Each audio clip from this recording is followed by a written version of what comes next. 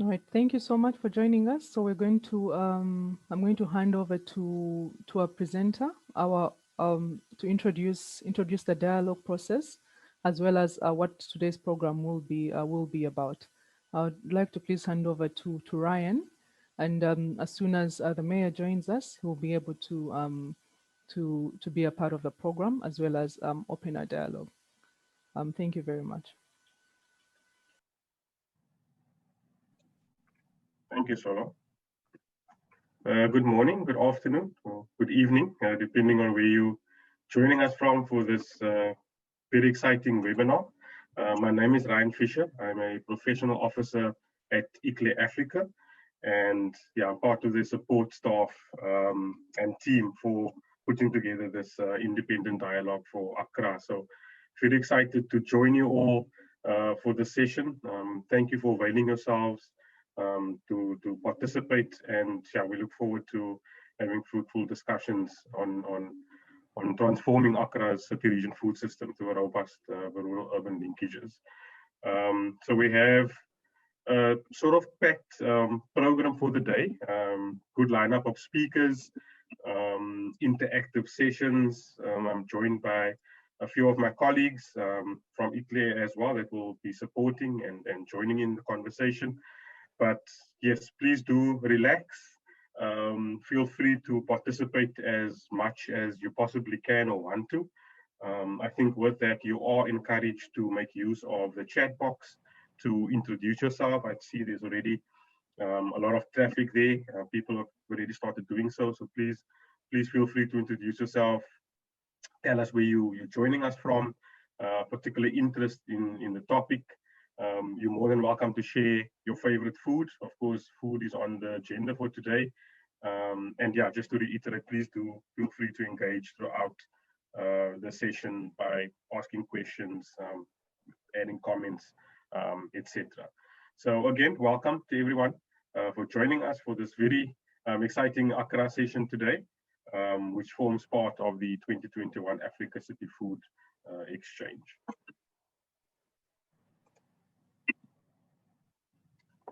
Just to give you an idea of our lineup of speakers for today, so not going to have too much talking. We are going to focus on having interactive discussions a little bit later on, but before we do get there, we're going to have a few presentations, but the overall session for today will be facilitated by Solofina Nakesa, who you've just briefly seen earlier.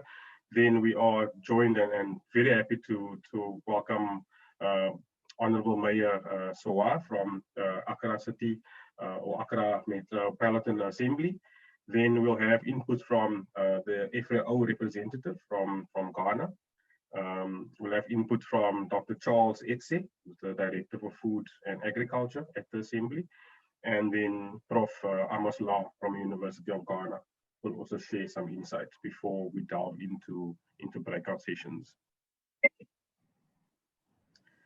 Just for the program on the agenda for today. So we have a couple of hours together and we'll try and be as productive as possible. So as I mentioned, not a lot of talking or presentations, but rather interaction. So we'll have an official opening from the mayor. Then we'll have an overview of the exchange and the UN Food System Summit. It's scheduled to take place in September this year.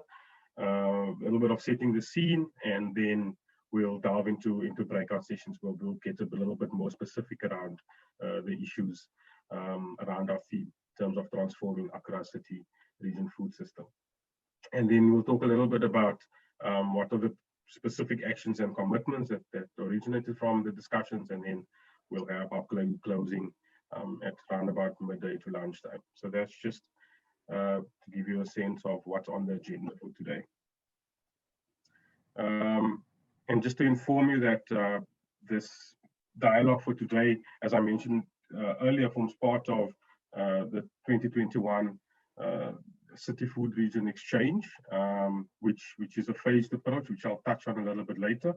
But this dialogue is brought to you in partnership with ICLE, who I'll introduce also shortly, in partnership with FAO, the Food and Agriculture Organization of the United Nations, Of course, the assembly played a massive role in terms of putting this dialogue and the program together, and then generous support from RUAF, NFP, and of course Meals for NCDs. So just a big thank you to all the partners for contributing and putting together this event today.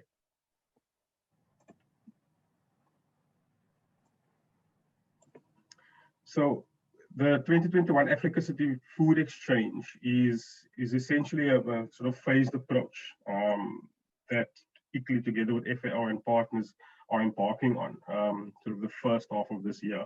And the objective is to elevate the voices of African cities towards the summit. And I think, you know, that in itself is quite important, that we ensure that our cities' voices and what's happening in our local context is not left behind when parties do convene for the summit in September. So, like I mentioned, it's a phased approach, and phase one that we're currently in now is having these dialogues at the local level, which will then feed into the summit itself. But there's also planned activities in the middle of that, which I'll touch on a little bit later, which forms part of this exchange. And essentially, just to reiterate, it's to ensure that our African cities' voices are not left behind leading up towards the summit, and of course what will be discussed and decided there, and of course what the outcomes will be going forward. So really we are pushing for our cities,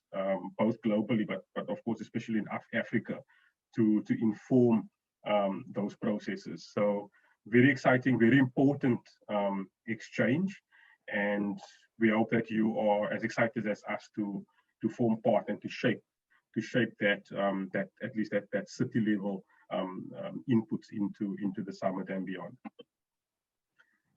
Just before we start, just to give you a little bit of an introduction into who we are. You know, I think we sometimes take for granted that, thinking that people know who we are. I think that's perhaps not the best way to go. But ICLEI's been around for a couple of years. As you can see on the slide, we were founded in 1990, and essentially ICLEI was founded by cities for cities, and really pushing the sustainability agenda at the local level. And that's, as we say, that's really where the rubber hits the road.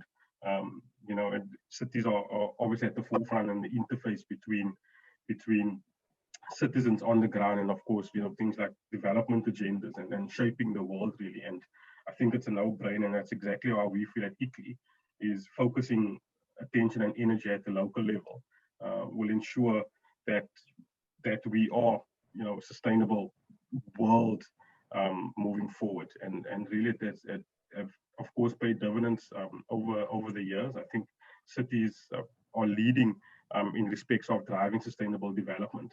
And we have good examples, of course, globally, massive cities, but I think in Africa, particularly, our cities are taking the lead across various thematic areas in terms of driving sustainability. And I think, you know, this dialogue for today is perhaps a drop in the ocean in terms of this ensuring sustainable cities, but it forms part of the bigger, I guess, discussion and topic and focus around sustainable development. So really big focus on cities, and just some statistics to give you an idea of the reach of ICLEI. So we have regional offices on all of the continents.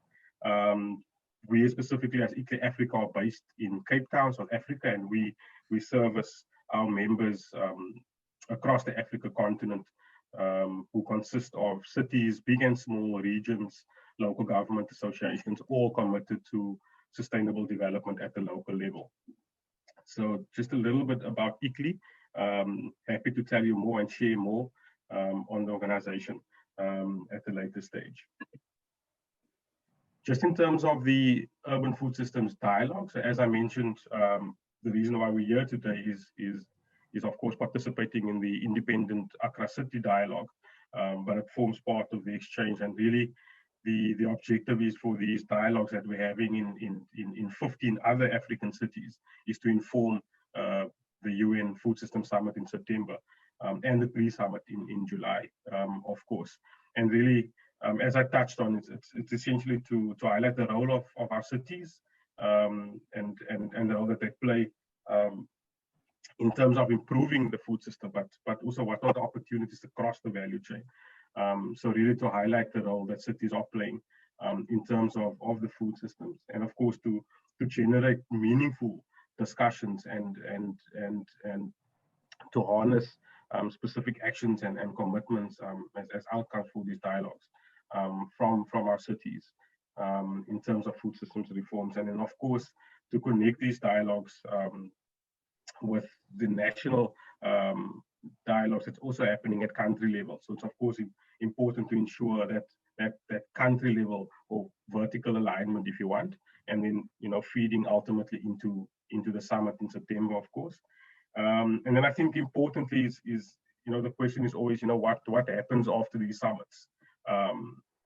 Sometimes momentum sort of halts or things goes a bit quiet, but we at ICLEI together with our partners are quite committed to ensure that of course is not the case, and ensuring that is lasting collaboration beyond the summit, and of course there's various networks and platforms at which that is taking place.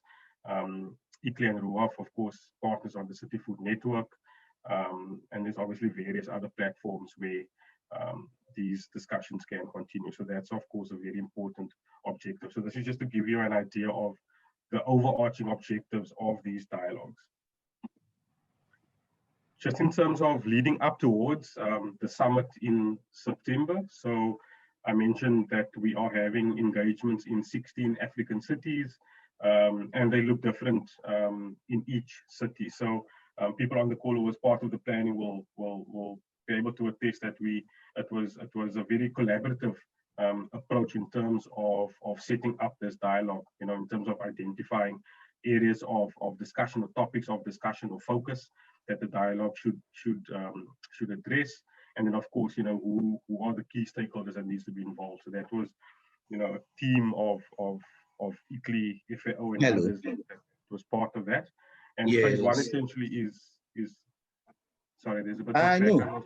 But I've sent you a message on the chat. You are not reading it. I've sent you a WhatsApp message. You are not reading it. So check. Sorry, Charles. I think if you could just mute yourself. Okay. Thank you. That's virtual engagements for you. Just again, if we can just ask participants to please ensure that you are muted, and please make use of the chat box if you are wanting to share any comments or ask any questions. So as I was saying, phase one, engagements or dialogues we're having in 16 African cities, and there's just to give you an idea of where we are working. So you would see a good spread across the continent, from West Africa all the way down to East and Southern Africa, and I think that itself lends itself to good learnings, but of course also potential collaborations between cities beyond these dialogues. So phase one focused on having these dialogues, and that is the phase that we find ourselves in now. Phase two will then kick in sort of late June, July, as part of the Africa City Food Month campaign, which we had the inaugural campaign in 2020, which was a massive success. And this year, the plan is essentially to build on phase one engagements and to do some sort of matchmaking between cities where that is possible to continue the conversation and the sharing and co-learning across cities. And so I guess we'll share more of that or on that rather at the later stage, but yeah, the phase one dialogues essentially will inform and form part of phase two, and then of course phase one and two feeding directly into the summit in September, pre-summit happening in July, of course, and then as I mentioned previously, keeping that momentum post the summit and really building on all of the existing platforms.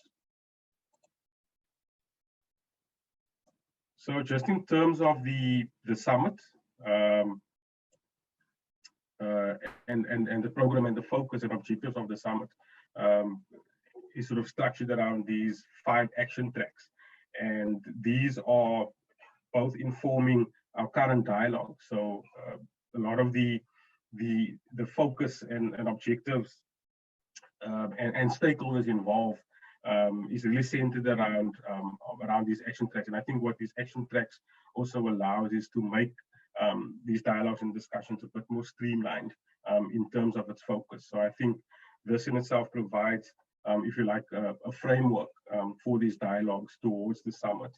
And really they speak for themselves. Action track 1 to 5, 1 being ensure access to safe and nutritious food for all.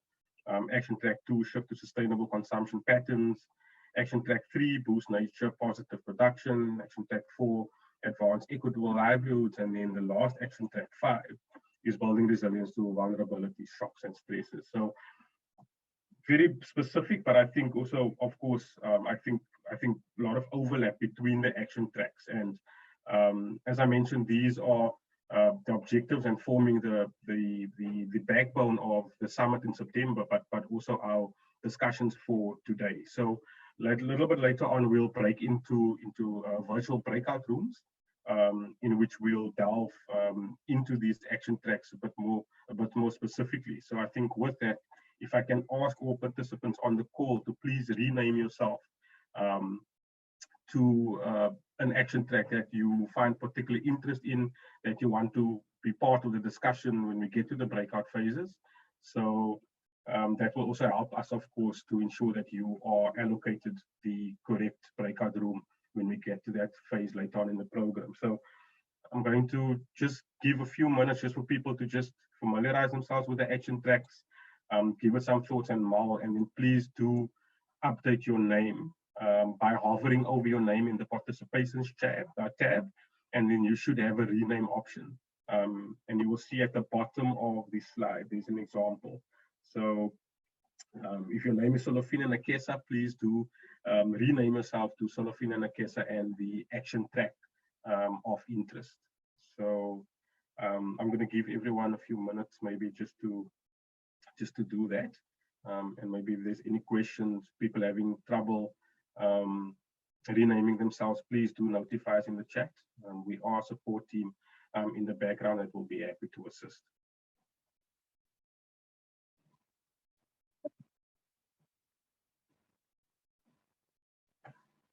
So thank you again. That was just a brief introduction on and some background on the dialogues, how we've got to this point, and what is the plan going forward. So I think with that, I am going to Solofina just ask if Honorable Meyer has managed to join the call yet. Yes, the Honorable Mayor has managed to join. So I think it would be a good time for him to officially open and then really kick off our conversations today. Thanks. Thanks, Solo.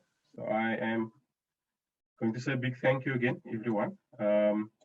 Just a reminder, if there are any questions, please do use the chat function to engage, introduce yourself. And again, just a reminder to rename yourself to the specific action track of interest for our breakout sessions. So without any further ado, I'm going to hand over to Honorable Mayor Mohammed Sawa to officially open the dialogue for us. Honorable Mayor, over to you.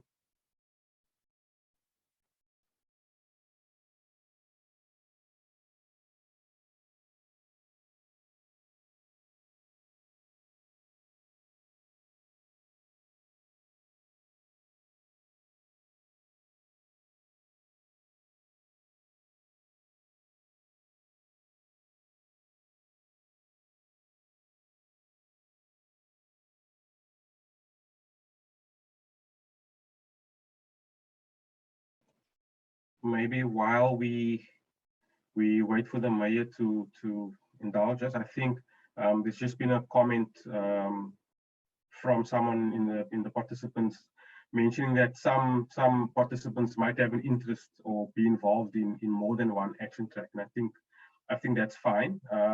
There is a workshop or dialogue survey that is circulating, and I think that is perhaps a platform where you are more than welcome to perhaps share insights or whatever the case might be in relation to additional action tracks that you might not be engaging with today. So we are aware of that.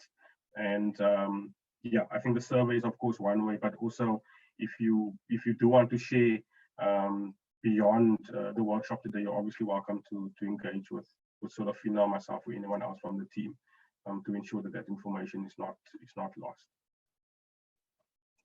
So thanks for that comment, Florence.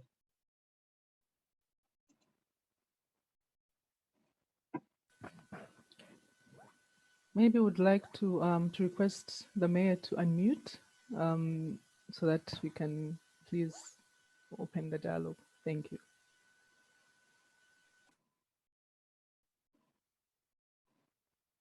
Honorable Mayor, if you can, yes, you're more than welcome to unmute yourself.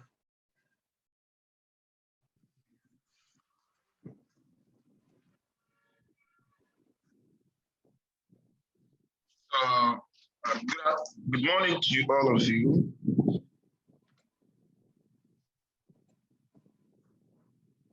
Morning to you. Good morning. Good morning, Mayor. Morning. Thank you very much for the opportunity given to the city of Accra on the opening of the food system dialogue for the city of Accra. The FAO West Africa representative, directors from various MMDs on the call, representatives from C40 Climate Leadership Group, Professor Amos La of the University of Ghana, researchers, ladies and gentlemen. The city of Accra has grown tremendously from its early days and is expected to grow.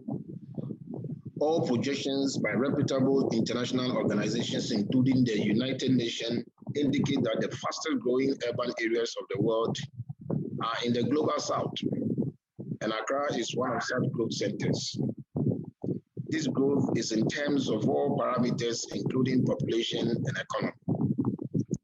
Expected population expansion by threefold presents a challenge and opportunity in ensuring food security. That is why this dialogue has come at an opportune time. The theme, transforming Accra's cities' region food systems through robust rural-urban linkages, is even more relevant now as we have learned through the COVID-19 pandemic and its impact. As we know, most of the foods consumed by residents and visitors in the city of Accra comes from rural areas, both far and near. Our local fisher folk are our key source of fish for protein, and our local farmers do well in supplementing what we receive from other areas. With anticipated population growth and city expansion, we need to be innovative about how we plan and work to secure the food chain for our people. Our country has gone through periods of great innovation, from the Operation Feed Yourself in the 1970s, and in recent times, planting for food and jobs. Currently, Accra Metropolitan Assembly has converted the rooftop of City Hall into a lively urban garden, growing organic vegetables. We can, if we put our minds to it, make backyard gardening, tabletop gardening, and others more attractive and assure ourselves of being able to withstand any shocks that may affect our fundamental right to food. I welcome all of you to this discussion, and I hope the context of digitization as is being promoted by government will feature in these discussions. May God bless us all, and thank you once again.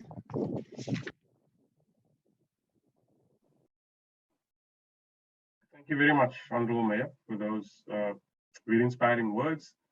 Thank you for also making the time to join us this morning, or this afternoon rather. And yes, I agree, we look forward to having a fruitful discussion with all the participants and partners and stakeholders online with us. So thanks again, Mayor, for that, for those words. We are now going to just get some insight from our FAO partners. I think we have Mr. Mpumuzi Sukati on the call, who's going to just share a few words with us. Yes, thank you so much. Thank you so much, colleagues, for this invitation, Mr. Chairman, Honorable Mayor of Accra City, Mohammed Ajay Sowa. We are happy to have you here today, a representative from Local Government for Sustainability and Accra, and the Honorable Director of Accra Metropolitan Assembly, distinguished participants, ladies and gentlemen. Let me take this opportunity on this occasion of the Accra City Food Systems Dialogue that is titled Transforming Accra City's Region Food Systems through Robust Rural-Urban Linkages, to take this opportunity and stand in for the FAO representative of Ghana, Ms. Joycelyn Brown Hall, who is unfortunately not able to join us today. Let me also take this opportunity to congratulate the organizers of this important event, this important virtual dialogue in Accra City here. I know these dialogues have been going on around the other cities in Africa, and we are happy to have this dialogue here in Accra, where also the FAO Regional Office of Africa is based. Ladies and gentlemen, it is worth mentioning that the city of Accra, being the capital city of Ghana, as you know, has an estimated population of over 4.2 million people and hosts the majority of government and non-governmental organizations, which play a crucial role in the economic, social, and environmental well-being of the population and promote the collaboration and amongst different stakeholders in the city of Accra. And this is very much appreciated. We thank the city of Accra so much for this opportunity. You will also agree with me that an efficient food system is one way of anchoring such collaboration and making sure that the city dwellers of our beautiful city of Accra are healthy and have the right nutrition and food to make sure that we achieve the sustainable development goals together. The FAO works closely with government ministries and other stakeholders in support of the country's effort to promote sustainable food and nutrition security and building resilient, nutrition-sensitive food systems. This is our mandate as FAO, to make sure that not only the rural areas, but also the city dwellers have access to the right kind of food to enable them to lead healthy and fulfilling lives. The FAO, therefore, through its support, has a number of interventions in the countries, including the development of national food-based dietary guidelines. I'm sure there are many colleagues on these calls that are involved in this work, and also integration of nutrition-sensitive food systems into the curriculum of academic institutions, and building the capacity of staff of the Food and Drug Authority and others, street food vendors, with the right information, so that the environment that they work in is of the right quality of health to ensure that the food that they are selling is nutritious to the end consumer. We are also supporting in technology to enhance their capacity in provision of healthy diets along the cities, especially targeting on the street food vendors. We know how important they are. Street food is extremely important in the diet of Ghana here in Accra. And we need to make sure that it is of the right health standards, so that it brings nutrition more than anything else.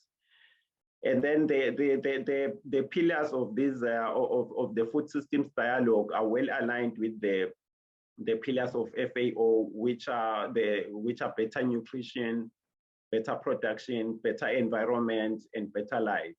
So we are happy to partner with ICLAY in this important work that ensure that food systems are delivering the right kind of diets. And we are also happy to be working with Accra City here. This is such a great city. To collaborate in this dialogue. And I wish every one of you fruitful deliberations as we continue with our talk and finding ideas on how we can improve the food systems of our beautiful city in Accra to deliver better on our diets. And we also reassure the Honorable Mayor and other stakeholders, including the academia here, that FAO is committed to working with you in this important area of work and to raise the profile of nutrition in the diets that we are eating. And thank you so much for this opportunity to also invite FAO, and we welcome all participants, and over to you.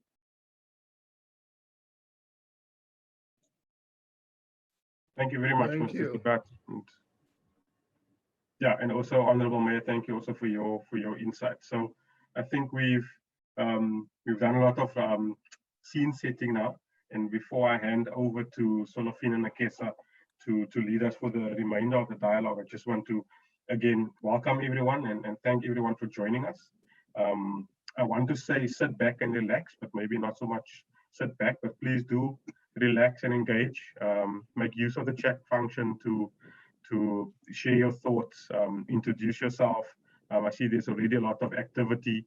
And yeah, just a reminder to please do rename yourself to the action track that you are most interested in contributing today to this dialogue.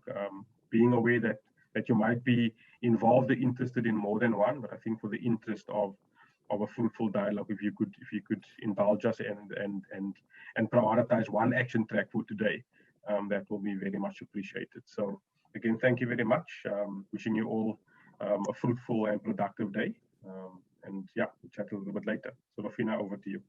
Honorable Mayor, I would like to say something. So maybe I'll give the floor over to you. So thank you very much. Today, we have a couple of activities that is clashing with this program, and I would like you to spare me some 20 minutes to log out and probably join you later. But before I would like to say a very big thank you to for your leadership and the support that you give it to us ensuring food security. We are very appreciative of the support, and you can be assured that we work closely and the lessons learned will be translated onto the actions on the ground. Thank you very much once again.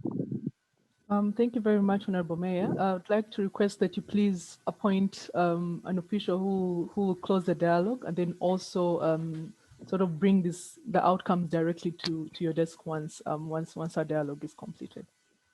Thank you very much. I have about 3 officials who are also on the call. The director for Accra is on the call.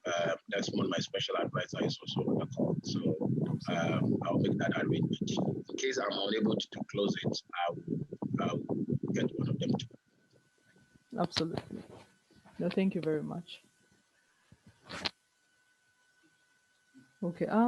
So we're at the stage where we get to understand the context that we're in, where this dialogue is happening, what is happening in Accra, and so this is really going to set the scene of what Accra's food system and governance framework does look like, then as well as looking at issues of the role of cities in the delivery of healthy, nutritious, and safe food equitably and sustainably, with a focus on Accra. So I would like to invite Dr. Charles Edem Etse, who is the Director for Food and Agriculture at Accra Metropolitan Assembly. So he will be able to set the scene for us in understanding what the Accra's food system is, but then also understanding the governance frameworks within which different food system activities are happening in Accra. So I would like to hand over the floor to you, Dr. Etse. Thank you. Okay, thank you very much, Solofina. I'm honored to be contributing to the Accra Independent Food Systems Dialogue. Special welcome to all our virtual audience. Food systems are important conversations we need to be having. I'm happy to be associated with this dialogue. Thank you. These are my thoughts on the subject and discussion. Factors such as rapid urbanization, dietary changes, and rapid population growth are placing tremendous pressure on food systems, mostly in developing countries.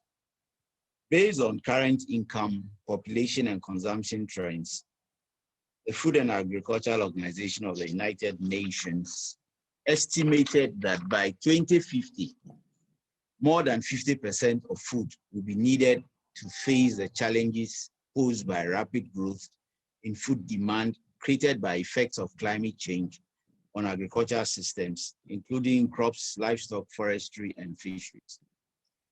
The vision of Accra's city region food system is to ensure that the city is self-sufficient, self-reliant in food production, and that food is available, affordable, and safe for consumption by all city dwellers.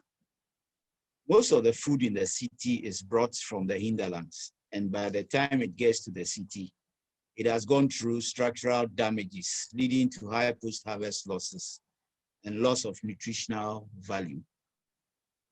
In the long term, the city wants to promote and develop urban agriculture through promoting home gardening, school gardening, to a level that the city will be able to feed its high population with fresh and low price, highly nutritious vegetables.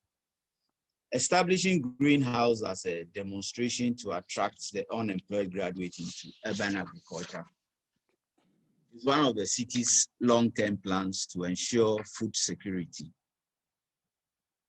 What are some of the factors that affect food security in the city? Let us look at the undermining factors first.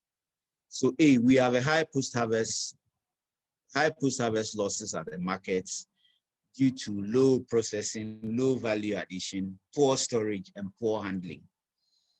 Then estate development taking over spaces and marginal lands meant for farming. Then the supporting factors are Accra's determination and efforts in promoting urban agriculture through home gardening, demonstrations at the home level, and planting of fruit trees in schools and houses to improve the climate resilience. The existence and availability of agricultural extension agents at the markets and houses to help promote and transfer improved technologies to farmers, city dwellers, and market women. Accra's high population can be a huge market for vegetable produce from urban and pre-urban gardening, market gardening. I want to discuss how the city can strengthen its role in local food systems. Accra can strengthen its role by its continuous participation in food systems workshops outside locally or virtually, and showcasing its efforts and activities that is leading to improved food security. Example, home gardening, government programs like planting for food and jobs, etc. The city can also learn from the activities of other cities during such workshops. It is important to openly discuss what the opportunities are along the food systems value chain. There are a number of farmer groups, market groups, and medium-scale enterprises in the city. To address the challenges presented by unemployment and poverty, the Assembly has transferred technologies to these groups through trainings. Example, value addition on soya, food processing, record keeping, and group dynamics.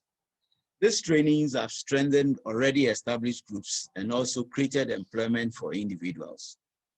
The Assembly's major markets within the metropolis promote commerce and boost the local economy. These markets also serve adjoining municipal assemblies and other neighboring countries. The Assembly has market enumerators who take weekly records of food commodity prices that are used by farmers, traders, researchers, and policymakers for planning and decision making. For example, farmers rely on market price information to better bargain with traders for fair prices for their produce. Consumers also rely on market information to decide where and when to shop.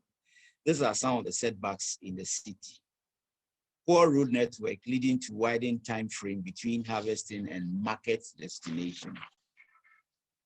Lack of appropriate refrigerated vans to carry highly perishable goods, fruits and vegetables from the farm to the city. Lack of adequate storage facilities for these fruits and vegetables at the markets. How is the city responding to these challenges? The city is gradually improving the market infrastructure so that traders store their wares and conveniently carry out their activities. My work as an agri-technocrat is to disseminate improved technologies to farmers, marketeers, processors, and to also identify their problems and find solutions to them. Our efforts in promoting urban agriculture and carrying out demonstrations on home gardening at the household and school levels, demonstrations on food processing and trainings on food safety, food storage, etc., will go a long way, and in the long term, boost food production, reduce post-harvest losses, ensure food security, and improve the living standards of the people of the city of Accra. Now, a little bit of the governance framework. We have executive, and the country is divided into regions. We have 16 of them. Then the 16 regions are also divided into districts, municipals, and metropolis. So Accra happens to be one of the 29 metro assemblies within the Greater Accra region. So within the Accra Metropolitan Assembly, agriculture is one of the prominent departments, and we are charged with ensuring the development of agriculture in the metropolis. So the Department of Agriculture is a service providing institution. We provide service, we help farmers, we help marketeers, we help transporters. In fact, we ensure that every stakeholder along the value chain is helped to ensure that agriculture is done holistically. So, and within the metropolis, we also have, within the Department of Agriculture, subject matter specialists for all the areas of agriculture. Then also the metropolis is divided into what we call operational areas. And all the operational areas are manned by graduate extension officers, and they interact with farmers, marketeers within their operational area. So they support them by providing technical backstopping, providing technical information, and also bring a feedback to the office as to what the challenges of these farmers are. If we have the answers to the challenges, we provide them. If we don't have, we link up with research, and we have what we call the RELC, the Research Extension Linkage Committees. So the problem is escalated to the RELC, and the RELC would find solution to it, and it feeds back to the farmers. So that is how we organize agriculture. That's how we organize meeting with the stakeholders within our metropolis. It is my hope that these few thoughts of mine will galvanize discussions to the extent that viable solutions will be found, and the synergy of ideas from the various parts of the world would help make our cities a better place to live. Thank you for your attention. Thank you very much. Over to you, Selufina. Thank you very much, Dr. Itz. I think that really provides us with a very valuable background to be able to begin the discussions and the dialogues. And I think you really iterate the point that you know, Accra does depend. So most of the food does come from the hinterlands. But then, what are those initiatives in place that the city is trying to do shorten these supply chains and ensure that the city is able to feed itself in the long run, but then not necessarily cut off the hinterland, but then be able to work better, or to be able to improve the linkages with the hinterland. So I think that is you give us really valuable insights, and then also hitting on the governance structure, how it is structured in a way to allow for continuous improvement of the food system, but then to also allow for day-to-day regulation of the of food within the city, across different thematic areas. It could be a food safety, it could be in terms of access, in terms of markets, and as well as other infrastructure. So I hope this is a good background to facilitate our discussions today. And also, once we go into the breakout rooms, let us keep this in mind, as it's going to be very valuable in informing how we move forward. So I would like to invite Professor Amos Lar, who is the principal investigator for the meals, who is our principal investigator for the Meals for NDC's project, as well as from the university, professor from the University of Ghana. Welcome, Prof. And we hope these few minutes before you head off, you're able to present to us and share with us your insights. Thank you. Thank you, Solifina, once again. And good morning, fellow residents of Accra. Good morning and good afternoon to participants who may be joining us from other regions of the world. I would like to also begin by expressing my appreciation to ICLEI Africa, and also to the Honorable Mayor and the City of Accra, FAO, and other partners of this dialogue for the opportunity given me to share some thoughts on how cities can support the current transform our food systems movement. So in this presentation, if you do not see Accra, but you see cities, you see Accra. You think cities, think Accra.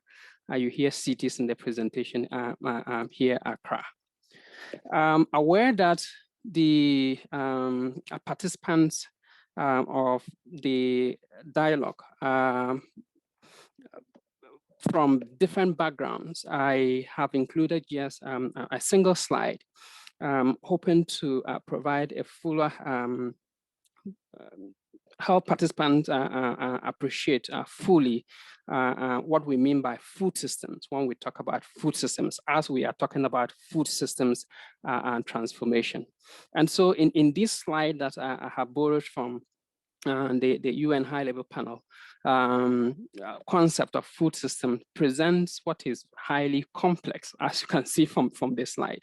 When we talk of the food system, we are referring to the entire range of actors and actions are involved in the production, aggregation, processing, distribution, and consumption of food, and even management of the waste associated with all the aforementioned processes. And so that is the food system, from production to consumption and even waste management. And so the system has subsystems. As you can see in this diagram, there's the production subsystem, there's a storage subsystem, processing, and then retail subsystem.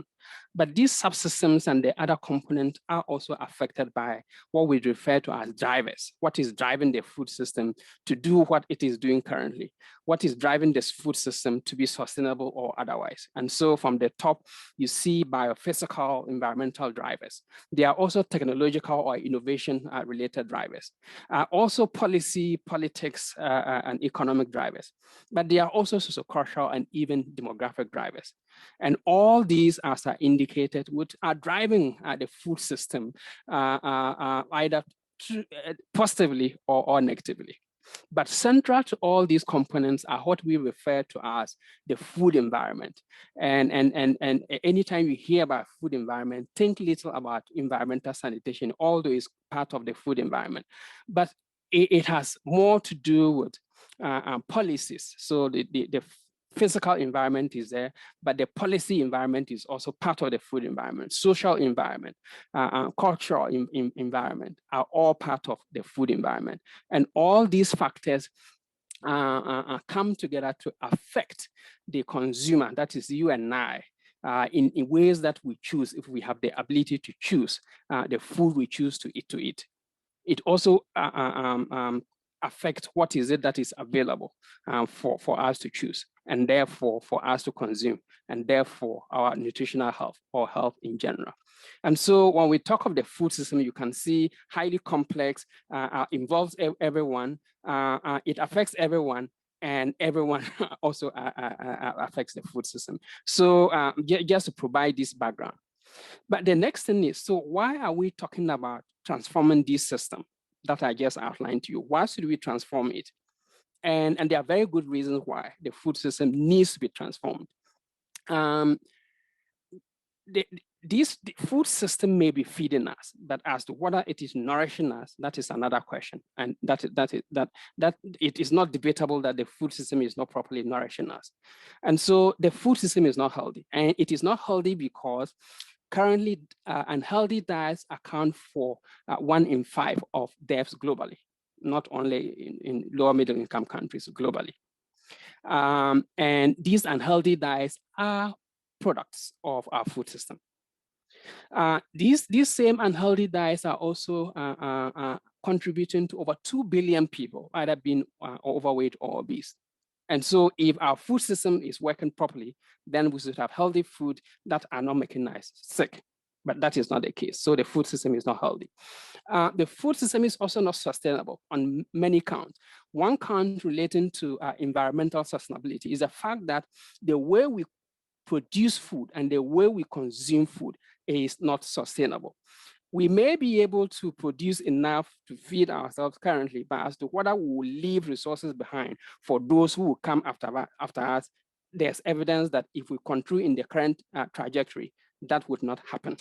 There is an African proverb that says that for us to really appreciate this and take the needed actions, we ought to appreciate the fact that we are not only bequeathing the current resources we have to future generations, we have just borrowed the present from them. And as I indicated, the food system is not in the trajectory that would let us leave something for our future generation. And then thirdly, the same food system is also not equitable. It is not equitable again on many counts, but I will just talk about one. Think about the fact that we produce more than enough to feed the entire population of the world. Yet we have several millions of us who go to bed hungry. If the food system was equitable, everybody would have enough to eat. And so because of these reasons, that is why there's currently that movement, the Transform the Food Systems movement. And all of us are part of it and contributing to it. And so my presentation today will focus on why cities are important. How can city contribute to this movement? And why cities? Cities, because cities are home to millions of the world's population. About over half of the world's population are in cities or urban areas. Nearly 80% of the food that we produce end up in the cities and get consumed there. And by 2050, this would even be higher because the population who will be living in cities by then would have increased from 50% to 30%. And so if you take city, whether it be policy, community level, citizens or business interventions, the possibilities for transforming our food systems are ripe in the cities. But there are real challenges, and most of us are familiar with these challenges. Just as the food systems are not healthy, not sustainable, and not equitable, the urban food environment are also not. And therefore, we are talking about transforming the food system. Of course, the food environment is part of the food system. We should also be thinking about transforming it in its entirety, including the food environment in the urban areas. because we are familiar with the overweight, obesity statistics and diet-related NCDs that are associated with them. They are highly prevalent in our cities. And in the same way, there are also others, even in the cities, who are also undernourished. Again, some of the failings of our food systems. But cities do have some power to intervene. They have power to, especially if they work in partnership with others, to influence how we intervene to solve some of these problems.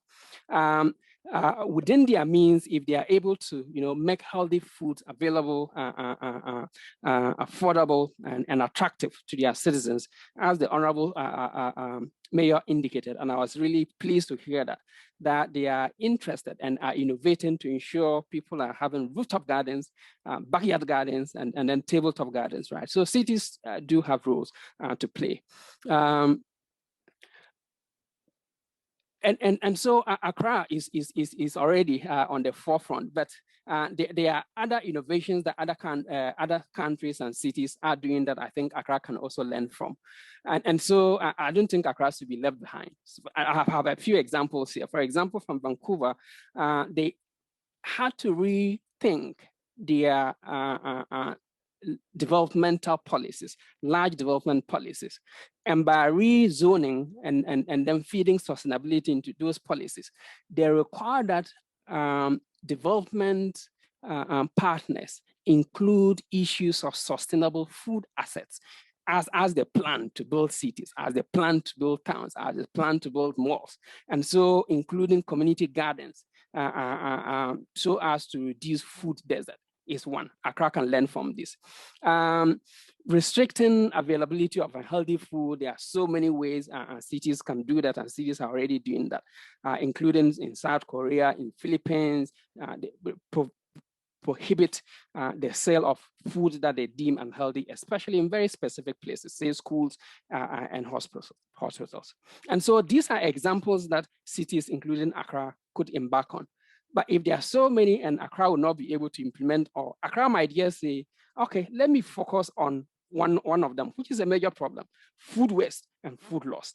And they are already trailblazers. There are already individuals who are working in this, including our own chef, Elijah Ado, who has been contributing to this for some time now. So the Accra City might take this up, support him, and then scale this up to contribute to reducing food waste in their cities.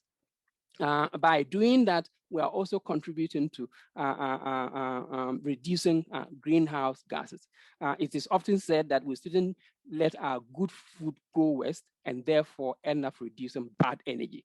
Methane, which comes from organic waste, food waste, is one of the major contributors to greenhouse gases or global warming. And so and trying to address food waste is not only just making food available for human beings to consume, but we are also being environmentally friendly. There are already policies, and I'm aware some of you at this dialogue are part of or contributing to the C40 consortium. They have developed a number of policies or policy toolkit that cities can adopt and use. And so, for example, you can adopt them to help you rethink how you identify these as a problem, how you can intervene using policies and programs, how you can reduce, how you can rescue food, and how you can recycle even food. These are available. Or Accra might say they are interested in food safety. And food safety is a major concern in the city of Accra. Based on work that we have done, our previous studies, we have organized this based on the views that we got from residents of Accra into 3. So food safety issues related to food hygiene, sanitation or environmental sanitation, contamination, and adulteration. Others have also noted there's deficit in awareness and knowledge on these matters. And so Accra as a city may be interested in doing this. I've run out of time. I'm going to skip this, but this is work that we have done that motivates the need for the city of Accra and other stakeholders in Ghana to contribute to improving our food environment in Accra and Ghana as a whole. And so the project that I'm leading with several other stakeholders, including government, UN agencies, civil society organization, international organization, codenamed Meals for NCDs, is providing support to public sector action that are interested in creating a healthy food environment for Ghanaians. Together with other partners, including the Ghana Urban Food Environment Collective, led by the Netherlands Food Partnership, the coalition of public health actors are interested in working with several others, including the city of Accra, to improve our food governance, our food asset, reduce food poverty, food desert, and then also improve food literacy of our residents.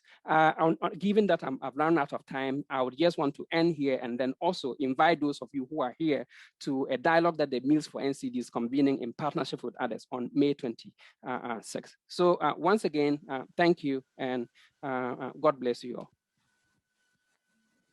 Thank you very much, Professor Amos. I'm wondering if you have the link to the dialogue, and then maybe we can post it in the chat. Thank you. I'll do that. Thank you. All right. So yeah, please make use of the chat to post the registration link for the for this particular dialogue that you've talked about. Okay. Thank you. Yes. So thank you very much for that presentation, and I think it really does put the food system in perspective. You know, your comment that the urban food environment is really a key component of the entire food system. And then, of course, looking at issues such as partnerships. I think given the multi-stakeholder nature of urban food systems, where you have different parties influencing the food system other than the local government. You have private sector actors, you have retailers, you have farmers, both in the urban areas, but then also in the rural areas. So you have all these multi-stakeholder actors, and I think one of the best way to start is by sort of working and building these partnerships across the food system. And then also issues of incentivizing healthy food. I think that is one thing that is important, especially for urban areas. And then also, I think, looking at food-sensitive urban planning and governance right from the start. I think it's not too late to incorporate this in different city processes, but I think you identify that as a key, as some of the key areas that that can be vital to transforming the urban food environment. So thank you very much, Professor Amos and Dr. Etse, for those presentations, and they really do set the scene for our discussion.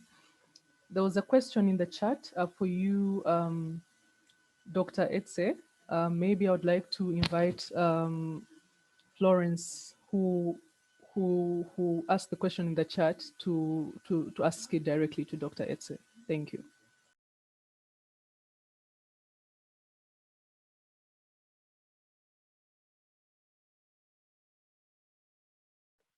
Thank you, Selofina. Let me try and get my question, because I thought the presentation of Mr. Etse was very, very interesting. What is happening in a lot of countries I've been working on is that there was not necessarily, I was interested to know the collaboration between Ministry of Agriculture and the Department of Agriculture in the metropolis. Because very often when we're talking of urban, peri-urban agriculture, in many countries, we have noted in the past a lack of communication and a lack of involvement with Ministry of Agriculture that used to concentrate in rural areas. And therefore, there was no articulation. I wanted to know how the situation is in Ghana today. Thank you. Thank you very much for your question.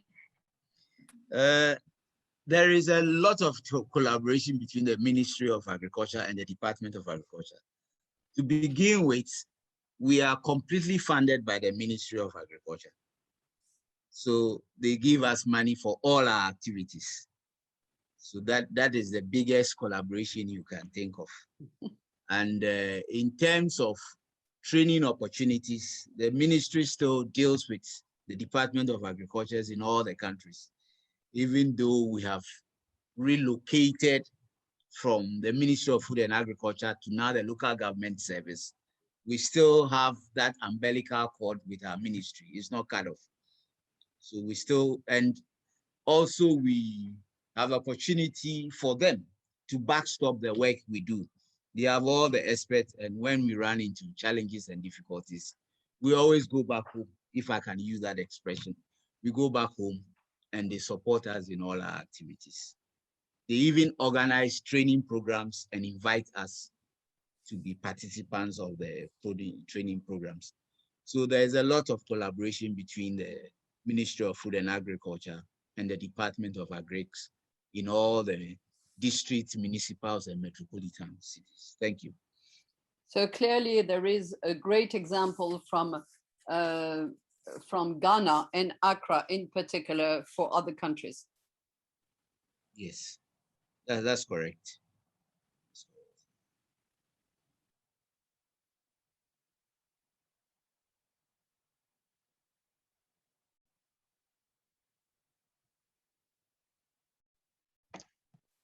Hello, Florence.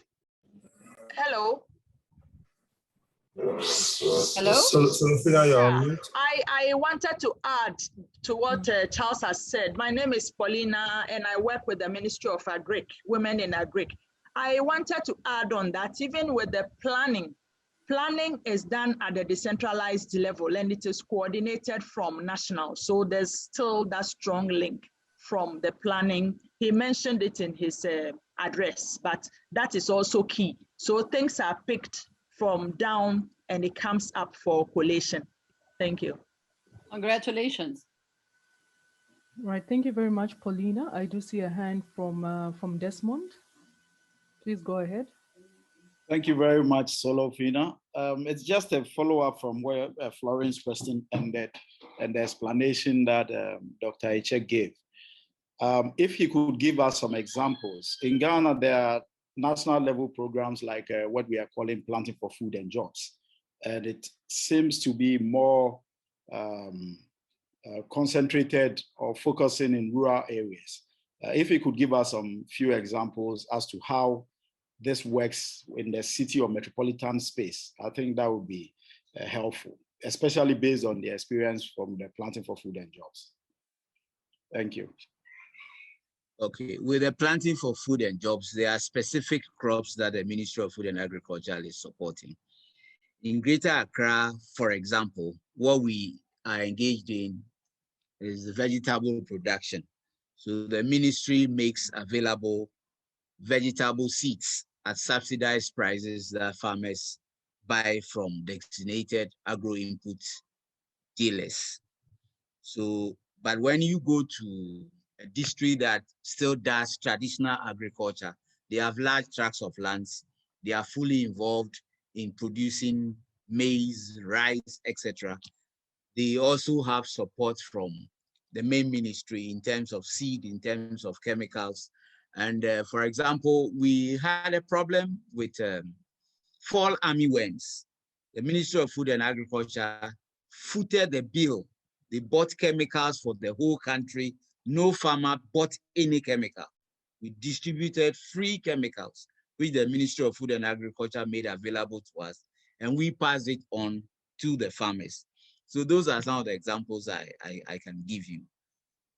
And even fertilizer that we use in Greater Accra for our vegetables, it is at a subsidized price. All you need to do is to indicate to the agro input dealers that you are a farmer and you are provided the fertilizer. They have ID cards which they can also show to the people that they are farmers, and they buy the fertilizers at subsidized price. It's about 50% subsidized by the government.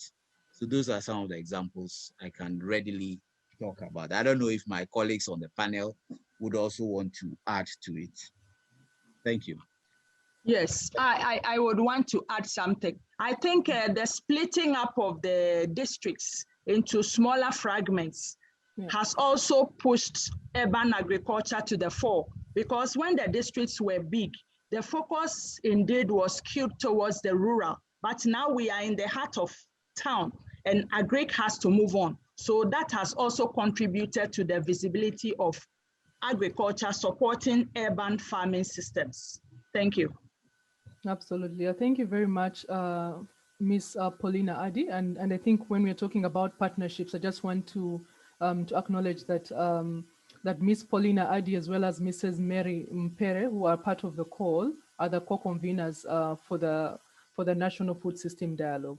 So in a way, I think their presence here really does signify the level of interest of the national level into the city level activities, and then how these two processes will eventually merge to be able to feed into the national dialogue, but then as well as the overall dialogues. Mr. Lawrence, you had your hand up. Would you like to make a comment? Oh, my director has said it all. Apart from the seeds and the fertilizers, we also have, organic liquid fertilizers that the farmers benefit from the planting for food and jobs. Thank you. No, thank you very much for that addition. And I think it really does cover some of the concerns brought up about issues of partnerships from local to national level, and then how these can be strengthened. So we are going into, I think, the most interesting part of this dialogue, which is the dialogue itself, where we'll be able to discuss, but then also build conversations on the thematic areas, but related to the city region food system. Where do the opportunities lie? I'll share my screen. I'll share my screen for this. So we're going into the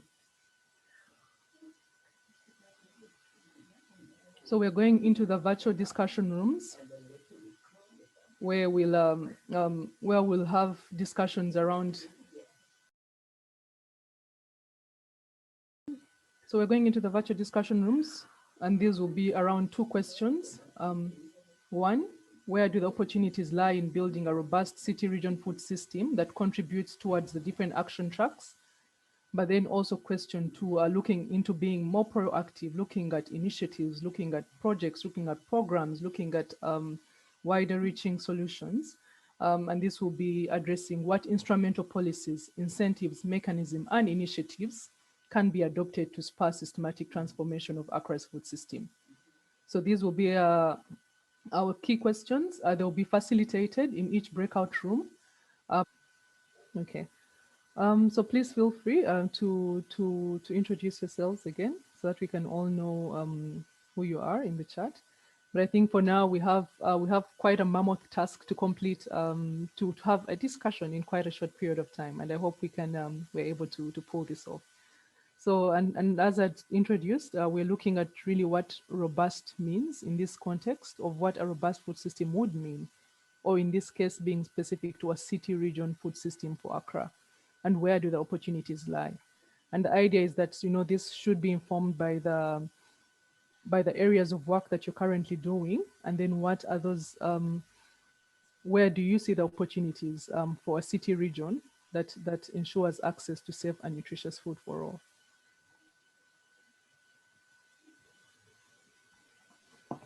Or then maybe we can also start with reflecting on how have you encountered.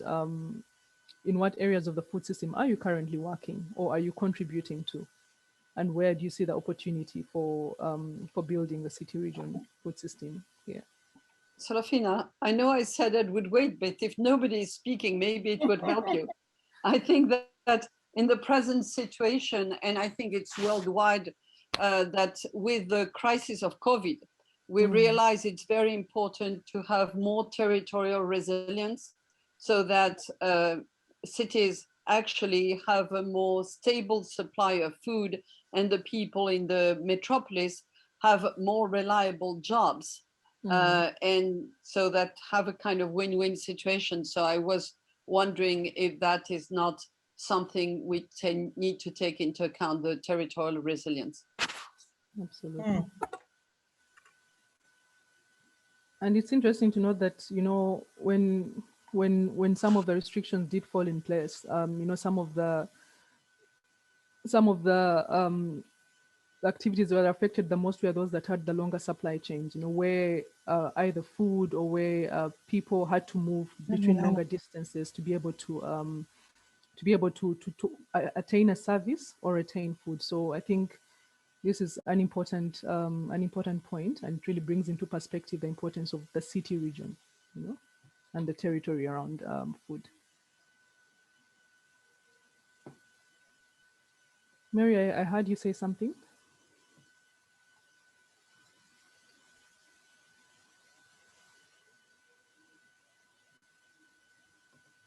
Well, and also just to introduce, I think Mary is one of the organizers of the National Dialogue.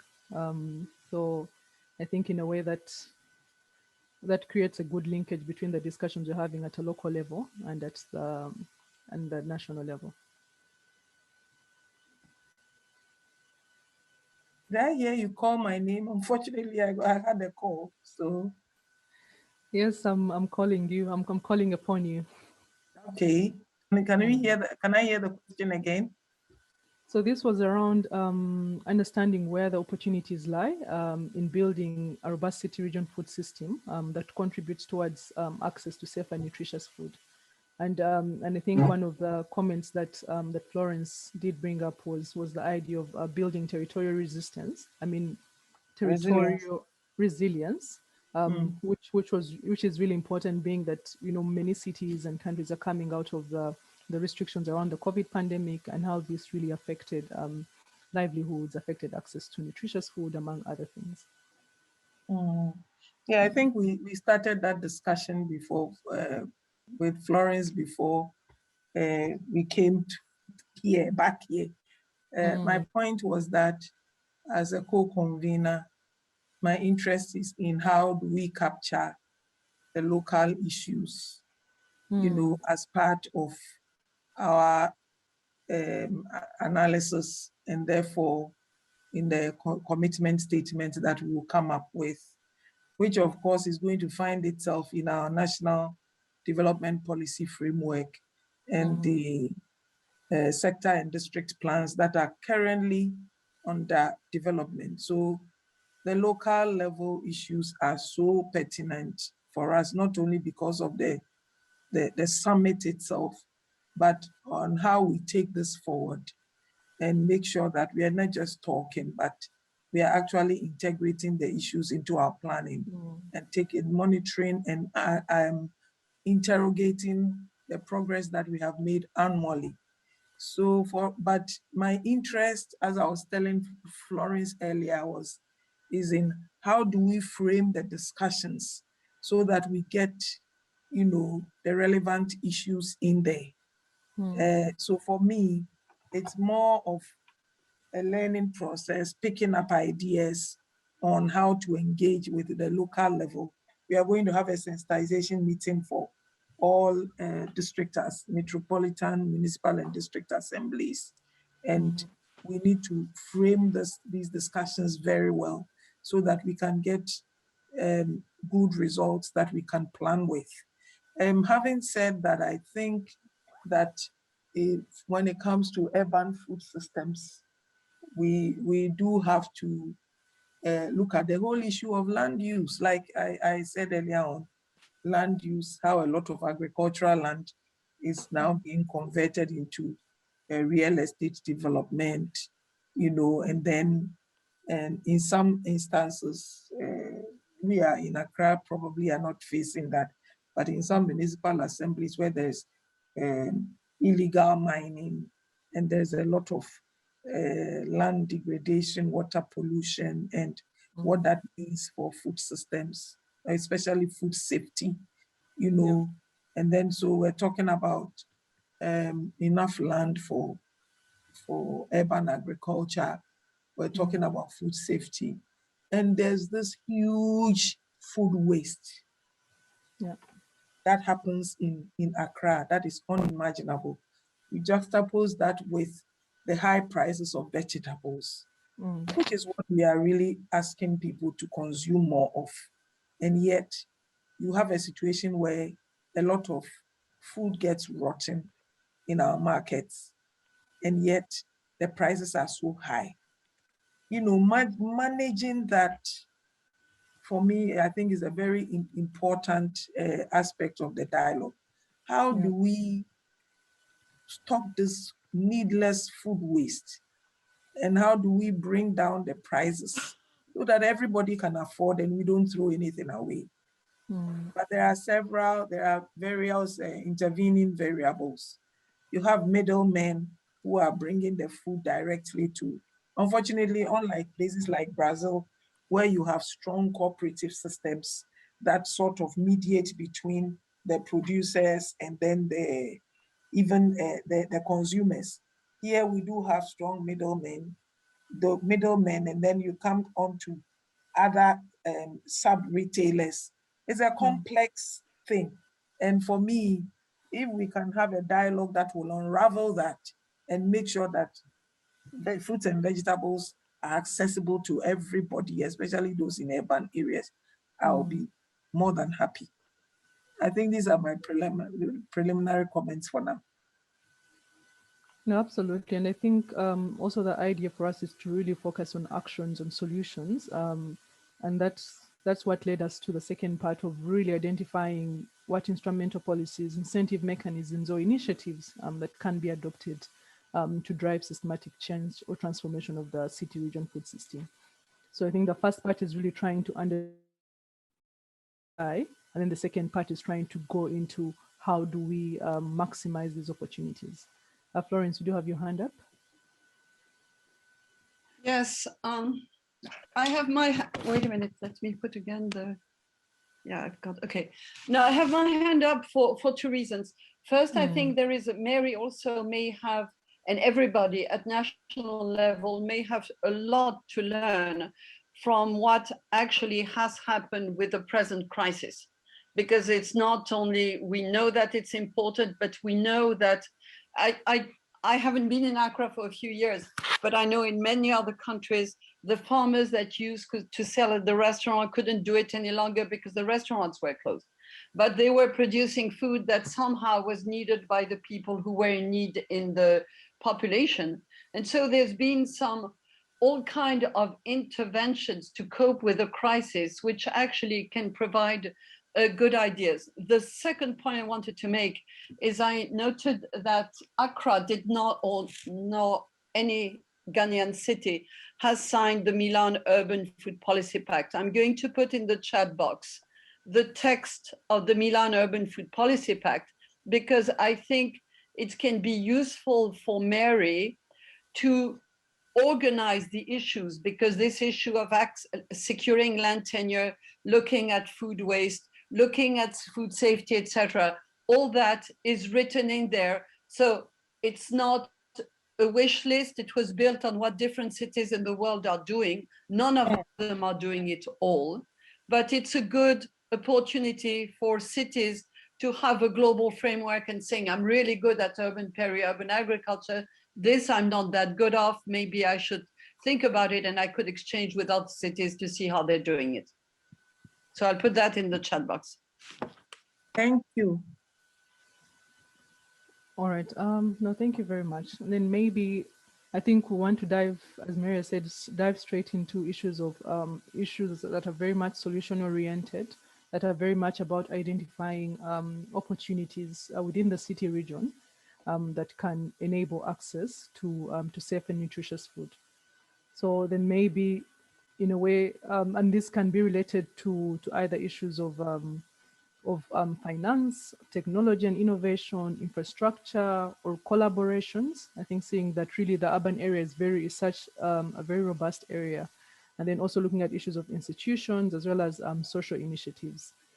So I think as some of the issues have been looked at, but really what are those initiatives, policies, or incentive mechanisms that can drive systematic transformation of the Accra food system to enable access to food, access to safe and nutritious food? Maybe Juliana, from your area of work, what are some of those what would be some of the recommendations, some of the solutions that we can start looking at?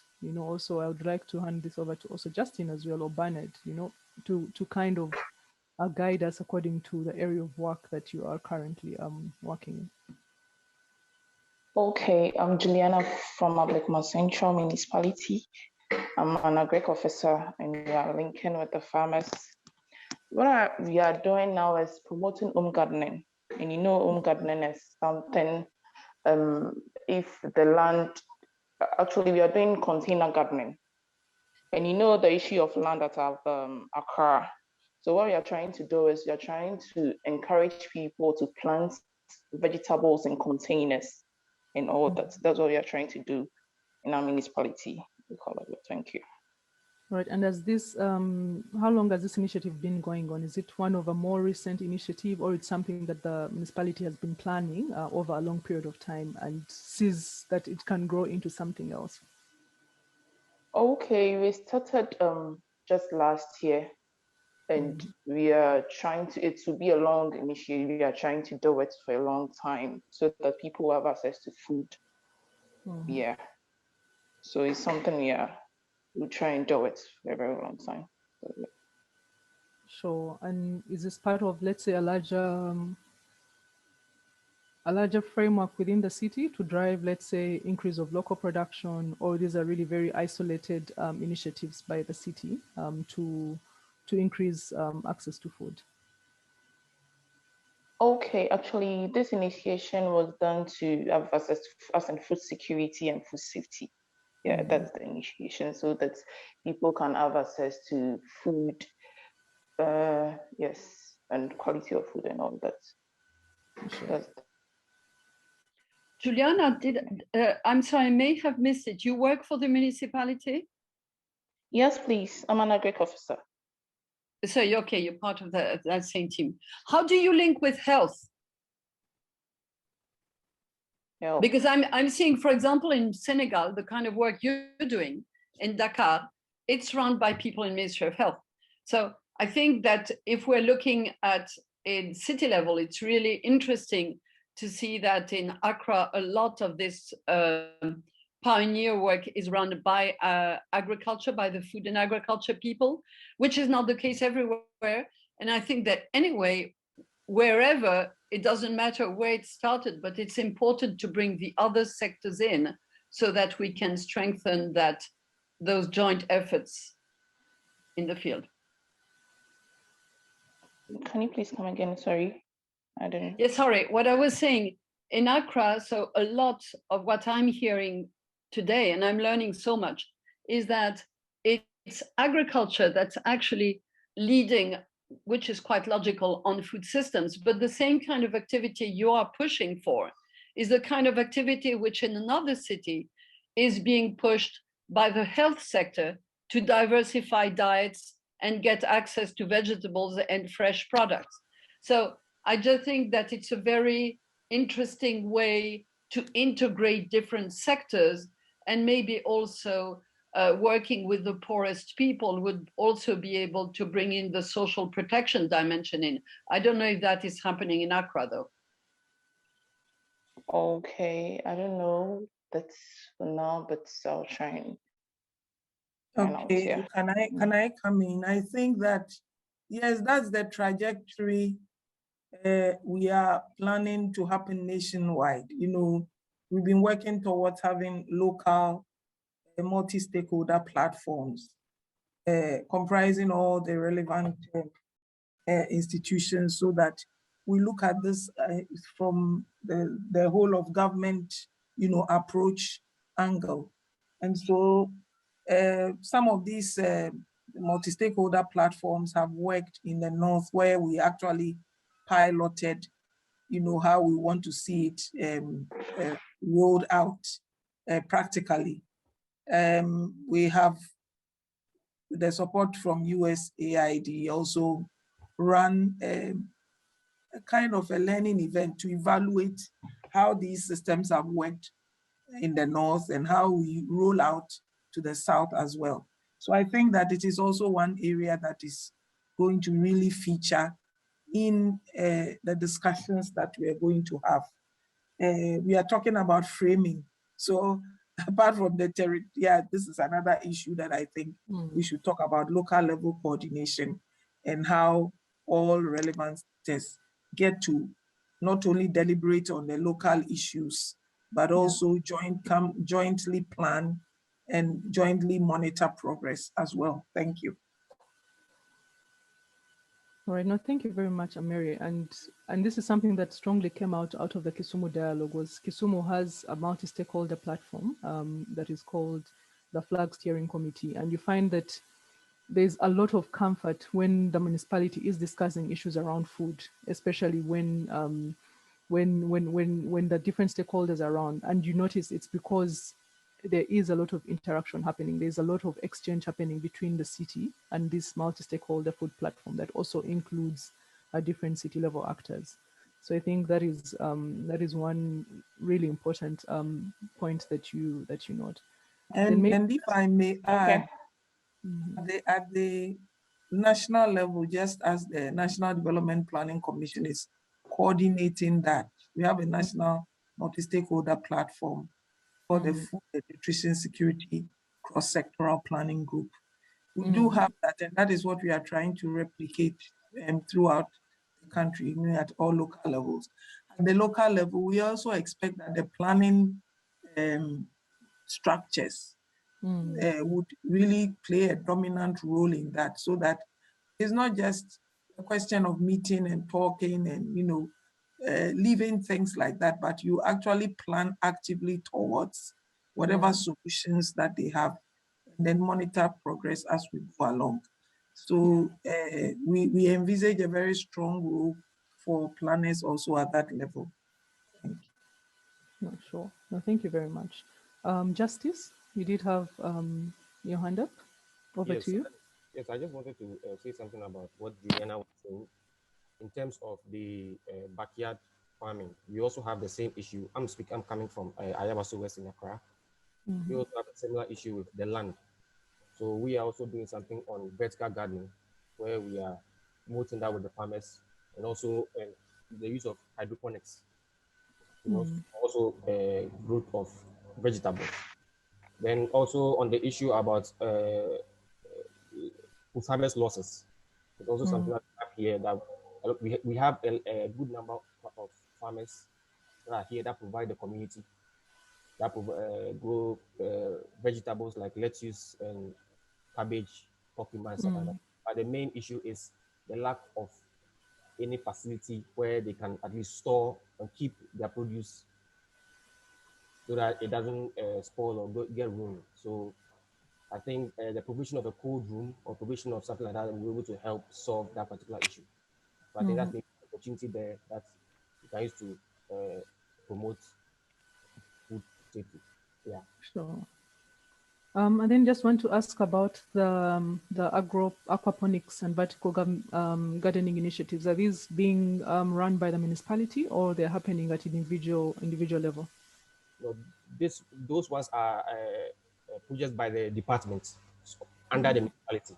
Yes, because we want to promote backyard gardening because of the issue of a lot of farmers not owning the land that they farm on. So that we are promoting with, especially among the farmers. No, sure. Do you have any questions or additions? I would have a question. I was wondering, because I've heard a lot until now of what municipalities are doing. Are there representatives of civil society also? Is civil society playing a key role working on similar topics in Accra? And are you linking with them? I mean, what is the link of the municipality with civil society, academia? Well, academia is clearly very much on board too, because I can see the speakers, but just wanted to know more by curiosity.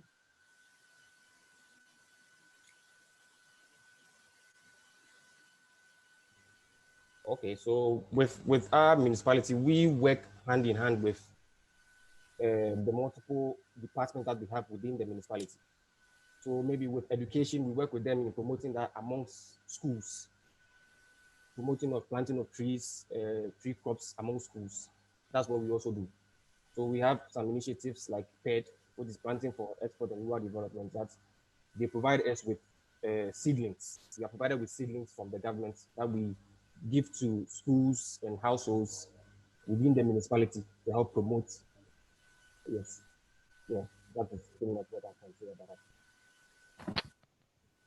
Sure. And the municipality is within the Accra city region, or it's within the Greater Accra metropolitan area? Greater Accra.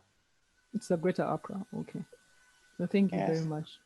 For our municipality like this, the municipality is giving out free seedlings, vegetable seedlings to the households so that they'll be able to do their own gardening at their place. So you're giving out free vegetable seedlings. Yeah. Yes. Sure. Thank you. And then But are you working with confessional organizations, with non-governmental organizations? I know when I was in Accra a long time ago, we were working, World Vision was very active, but there were a lot of church-based organizations working there. Are you giving some siblings also to those people to support the activities they're doing, or is these separate things?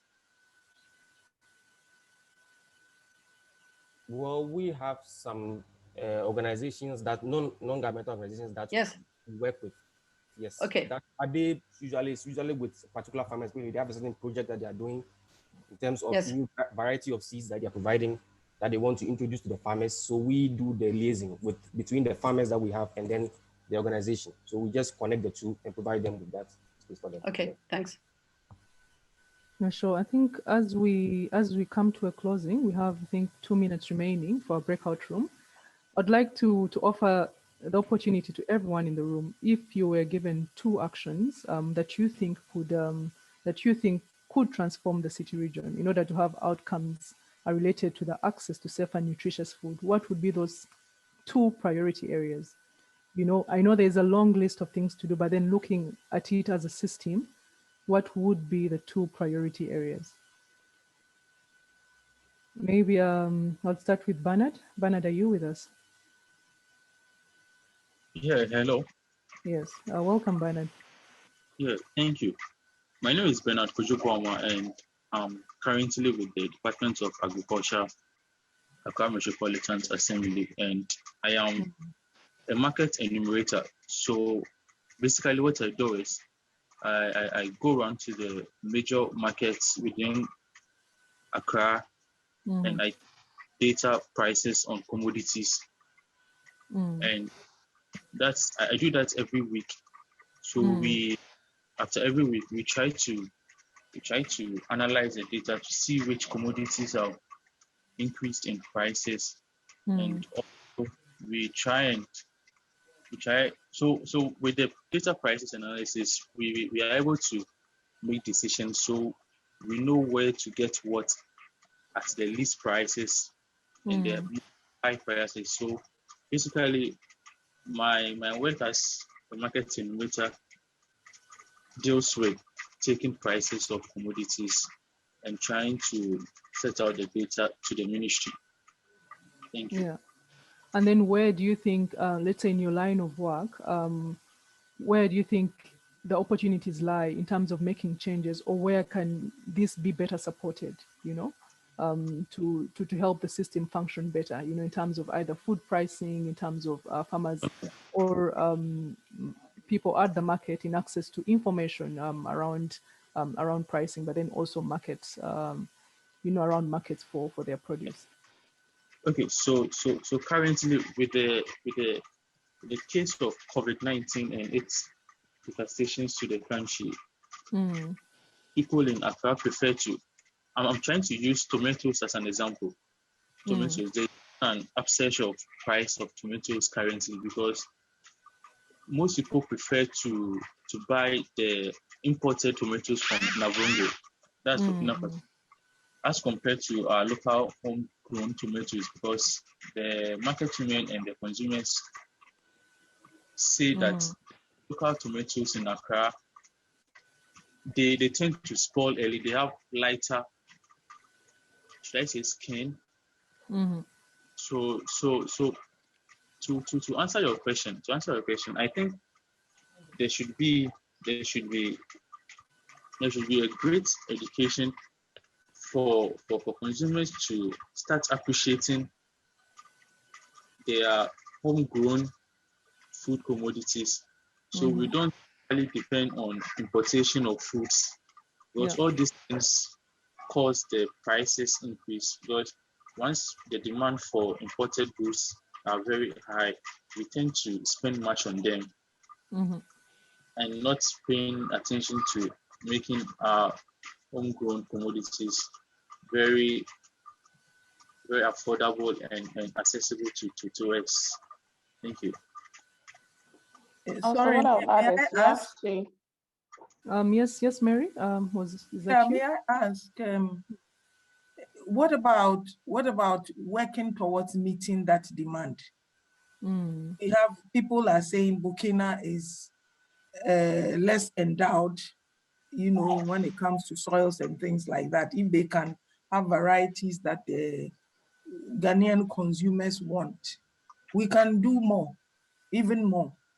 So what about trying to produce the same varieties to meet local demand? Yes. Is that something that has been explored?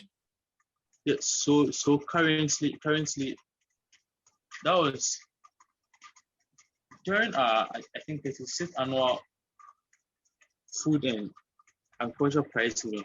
We were able to meet with some of the market leaders, and the market leaders also have associations with some of the farmers. We were able to give seeds. We were able to give seeds to farmers so they are able to grow the varieties they prefer. But so currently we are yet to get the feedback from the farmers, because the seeds were not long ago. So within the next 2 months, we should get to know how far the new variety of seeds given to them were and how the feedback is. So we'll take that into consideration and feed the ministry with the necessary information. Okay. Okay. I'm going to have to. You asked for two things that we would like to take forward. I think for me, I've already talked about it. Territorial resilience issues, especially land use, agricultural land use within urban areas, and how we safeguard those. And then the cost of fruits and vegetables, how we make sure that we dialogue to get the prices down, because it's just inconceivable that you should have a lot of food waste and then high prices at the same time. There are great, certainly inefficiencies in there that we need to tackle. And maybe as an addition to the territorial resilience issues, cross-sectoral coordination, I think, is very, very important around the food systems issues, because if each institution is working in silos, it's not going to work. Some of the issues actually require that all sectors be part of the solution. So have I said 2 or 3? You have said the right number. Okay, to add, I just saw Florence ask the question of organic foods. Actually, what we are doing is we are training farmers on the use of organic produce as a fertilizer and organic pesticides to control the pests and all that. So that's what you're trying to do. And also the use of agrochemicals, you're trying to train them on the correct use of agrochemicals, not to overuse it, and also the pre-harvest interval, they should adhere to it and all of that. That's what we are doing, also doing to this. Sure. And I think I'll ask that these initiatives that, that are systematically happening, or it's really more of of a reaction, you know, reacting to certain events or reacting to certain for example, certain conditions of the ecosystem, or the municipality is systematically planning to ensure that issues around agroecology are being taken seriously within the city, and then there are already systems in place for this, or it's already in building towards that.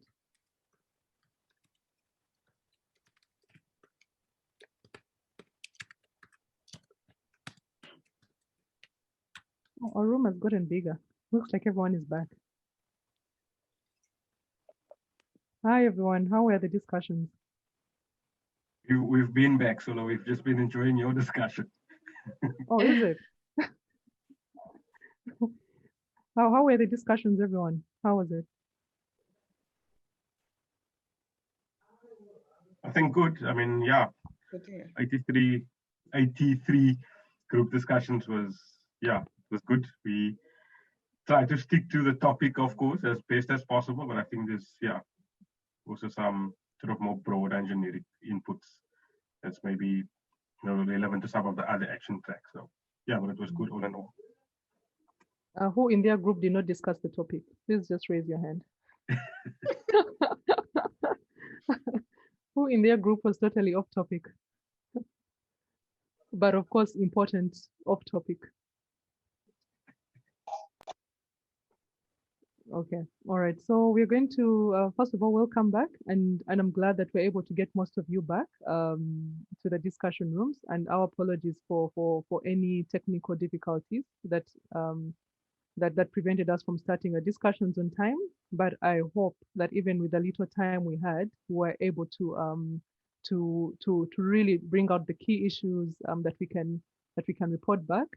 And then also to keep at the back of our mind that this is very much a discussion around solutions oriented. You know what? Yes, we know there are issues, there are problems, but then what are those things? What are those opportunities? What are those initiatives that we can do to be able to bring about transformation? And of course, keeping in mind that this discussion is within the context of the city region food system, and then how this can be transformed for both the short, but then also for long-term benefits. All right, so Florence, your hand is up. I don't know if that's an old hand or a new hand. Yeah, no, I just wanted to react to the other group that came in, because what has happened, I mean, I'm engaged in different action tracks of the Food System Summit preparation, and it's a constant frustration to say, well, we're supposed to keep to that action track and not touch the other one, because everything is linked, in particular when we talk of urban food systems. So separating in action tracks is, I can understand the frustration of the other group. And we're regularly challenging this now at international level to say, sorry, we're not supposed to have the world adapted to a methodology that has basically chopped the system into silos. So it is very, very important. And I think that we who work at the urban area and at local area have a chance to bring it together and therefore see how we can contribute to the Food System Summit, but bringing the need to cross across those different action tracks. Sure. All right. No, that is noted. And I think in the outcomes, and that's one thing that I really do expect to happen, is that we are going to see a lot of cross-cutting outcomes coming in, you know, because most of them are very cross-cutting. Issues around territorial, issues around better stakeholder coordination. All these are going to come out, and you cannot necessarily assign them to a single action track. So I think let's see what comes out of our discussions, and then that will really, really solidify that point that you're bringing up. Okay, from action track 1, I'd like to invite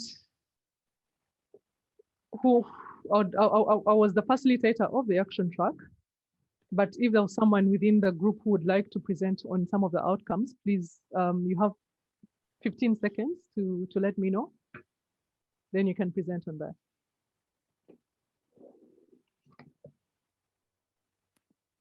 But if not, then I hope I can present with justice what we discussed. So we were covering the action track 1, which was ensuring access to safe and nutritious food. And under two questions. First of all, trying to highlight where the opportunities do lie, but then also looking into some of the practicalities around what initiatives, what mechanisms can be adopted. And I think strongly what comes out are issues related to territorial planning. I think seeing that the city region does cut across the territory, both within the city, but then also the city region, the city's hinterland. So then building this sort of territorial resilience is important. And this relates to issues around land use planning, around access to means of production, both within the city and out of the city. Also around issues around transportation, around as well as supply of food to the city and between the city areas. And I think we did have also some representative from Iowa municipality, which is within the Accra city region. And some of the things that are coming up strongly is, I think, in terms of where the opportunities lie, is in the promotion of local nutritious food. You know, where we look at such as the tomatoes, the local tomatoes tomatoes that are imported from the neighboring country. But there's an opportunity to grow this locally and manufacture this into different products. And then this, in a way, creates a chain of benefits across the food system in terms of access to livelihoods and access or supply of nutritious food locally, and then as well as growing incomes locally of different stakeholders. And I think one thing that is going to be iterated throughout this discussion is the importance of cross-sectorial coordination. Because once you're looking at a city region, you're looking at different actors, different levels of governance, or different levels of government actors. So then how do these work together to ensure that there's access to nutritious food within the city? And this really requires a very intricate level of working together, of realizing that there are all these interlinkages between the different aspects of the food value chain. And these may fall across different areas, either within the city's hinterland or within the city, but then these have to be really well coordinated, and it requires coordination of different stakeholders. And I think there was a hint on the issue of promoting agroecology, but then also importantly building the city's capacity to produce its own food through different initiatives. For example, building intensity through agroponics, through vertical farming, as well as other initiatives that can enable the city to produce its own food. So, and then this has to be done sustainably, you know, through either agroecology, permaculture, as well as other aspects for growing food sustainably. So those are the 4 key points I think that did come out of our discussion, and I would like to hand this over to action track 2, and then we can, I think at the end of the day, making the linkages will be quite interesting to see where the overlap is. Lauren, over to you. Thanks, Solo. So I'll try to summarize our discussion from Action Track 2, which was themed around shift to sustainable consumption patterns. So a lot of our discussion actually revolved around costs and Habibi, please mute yourself. Habibi, please mute yourself. Habibi, is it possible to mute yourself? Snake, could you please mute Habibi? Thank you. All right. Lorraine, please go ahead. So as I was saying, so our breakout was about shifting to sustainable consumption patterns. And a lot of our discussion actually revolved around the cost of food and it being very high. So some of the points that we were discussing was around connecting technical experts in Accra to either local governments or local action groups around food and kind of knowledge sharing. And I know the Department of Agriculture was mentioned and that they are already doing some of those kinds of things, but there's more opportunity in that. Then there was a lot of discussion around intensifying food production to help with the cost of food, or increasing food production within sustainable practices, of course. And we were talking a lot about having policies put in place that help manage the cost of food, and about land use where real estate is taking over and using farmlands, and it's decreasing the amount of food that's getting produced. So policies around land management, around handling food, around managing tariffs and profits,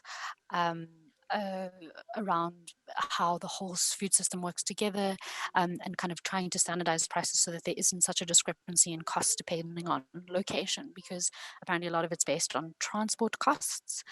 And then some of the other things that were suggested were around improving infrastructure. So that was around cold storage on farms and at like the market or urban level, to make sure that there's like prevention of food waste, and how that links to changes in consumption patterns, and about improving the quality of the roads, linking also to food taking really long to get to places, or the quality being reduced, and then that changing food waste and consumption patterns. And then there was a point about cheap food or cheaper food being brought in from neighboring countries and being sold. So questions around taxes around importing food, and how to manage people who come in, sell their food, leave the food waste, and go back to their country. So they're making money in the country, but the money is leaving. And then the other two things were around networks and promoting home gardening. So how that can help people eating at a local level, managing costs of food, and changing how people consume. Yeah, that was kind of our main discussion. If I've missed anything, guys, please do jump in. Thank you, Lauren. And I think if Lauren has missed a point, please put it in the chat, as well as myself. If there's something that I didn't capture from 81, please feel free to put it in the chat. And I think right now we're seeing, you're seeing almost the linkages do coming through strongly, looking at issues around intensifying urban food production, territorial planning, opportunities for circularity. So you, from really the onset, you're seeing all these threads that are pulling through across the different action tracks. So I'll move to action track 3. Yeah, thank you very much. For action track 3, we're looking at the opportunities to boost nature positive production. And we dwelt on issues such as waste reuse for composting within the urban space. There's so much waste that is generated, which we could convert and then use to fertilize the soils that have lost their productive capacity within the urban area for crop production. And there's the need also to do some rezoning. We also talked about the potted vegetable production for enhanced urban agriculture. And then we touched on subsidizing the use of potable water for irrigation. So then we don't use gray water for irrigating. And by that, we will be able to solve a lot of the food safety issues associated with urban vegetable production. Then comes into play an opportunity like agro-tourism, because if things are really done well, we can boost that segment also within the urban space. In the submission of the mayor of Accra, he mentioned rooftop gardening, and we think this could be multiplied. We also looked at links with education. There are educational institutions within the urban space. They have a lot of land. We could convert that into crop production or some agriculture within the urban area. And we have also livestock and aquaculture. We don't want to dwell just on plants, but we need to have the protein counterpart. So we are looking at grasslands, and then we cut to do the feeding for cattle raised under intensive care. And then also we could also look at opportunities around aquaculture in the heart of cities. For the cattle, we're mainly looking at the dairy cattle because the milk for children was crucial. And then the need to liaise with research for improved varieties, high yielding, etc., and also to give us the receptacles we need for the crop production. We also wanted to explore and enhance the use of technological innovations and then use digital platforms to link rural producers to urban retailers, for instance, and then to enhance partnerships across the stakeholders along the agricultural value chain, especially between the urban and rural.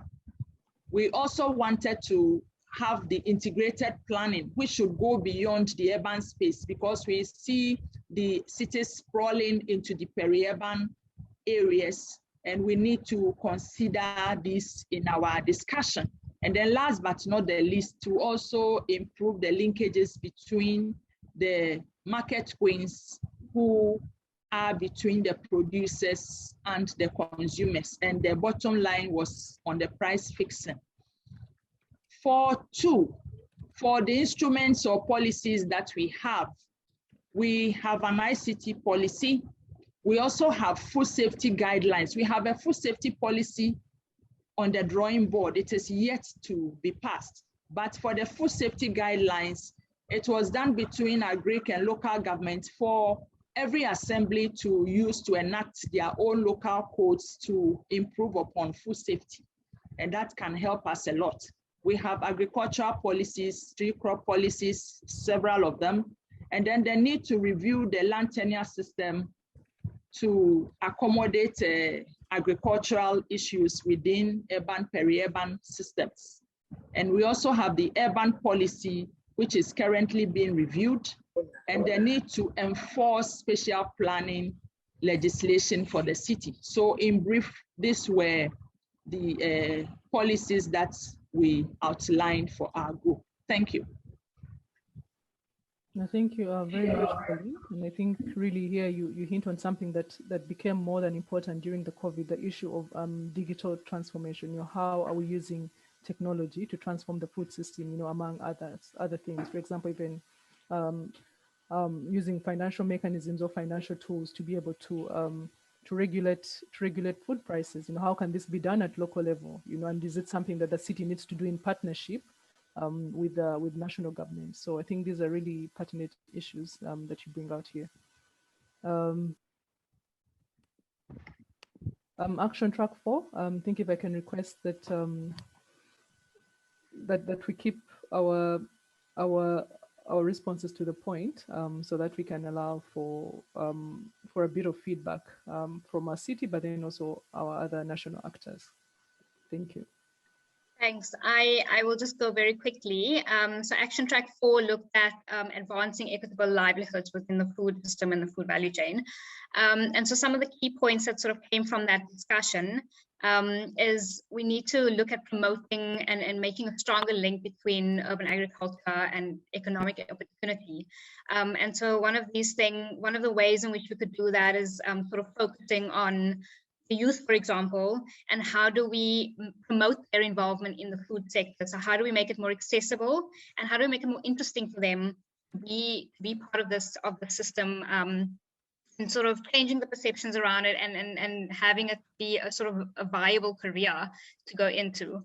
And so one of the ways we were also discussing is that, you know, within schools, potentially having initiatives like a green society within school that really looks at embedding food knowledge, food production, and the different aspects of food, the food system within cultural activities in school. So really starting at that level, at the school level already. Also looking at how, you know, the different people that are involved in the food system in terms of and in the food value chain that are potentially unsupported or unrecognized within there, for example, women, the youth, disabled people, or you know, different groups that are potentially marginalized as well. And how do we better involve them in the food value chain? So how do we engage these diverse groups within our planning and within the interventions that we put forward? There was also, and I think this was mentioned previously, but the sort of the prices of production of food. And so how do we create more competitive urban agriculture that also makes it more affordable? And one of the ways is producing food at a larger scale. There was an issue around rural food is usually cheaper than produced within the urban setting. So how do we synergize the two, or how do we also create opportunities to create more competition between the two, or make food more affordable in the urban space? Another aspect that came around was really around supportive technology and infrastructure to keep food for longer. So there was an aspect around what do we do with food in the in-between seasons? How do we, what are the infrastructure and what are the things that we need to, in terms of packaging and processing, to keep food fresher and to keep food for longer during these times. And then we came to, so some of the initiatives and the things we were looking at was policy that promotes home gardening, that potentially says that if you have a garden, or if you have, or if there's a plot, a community plot or land close to the houses or in communities, how can we assign these land, or how can we assign certain areas for agricultural production? So potentially having policies in place that deals with that, and I think that looks at the sort of land use and the those aspects of it. And so really then working with the market and with entrepreneurs within the space to manage these areas, and also use that to employ a diverse range of people within the managing of these spaces. And this will potentially also enable larger quantities of production in agriculture, and then also targeted support, so targeted financial support for different groups, including women and youth.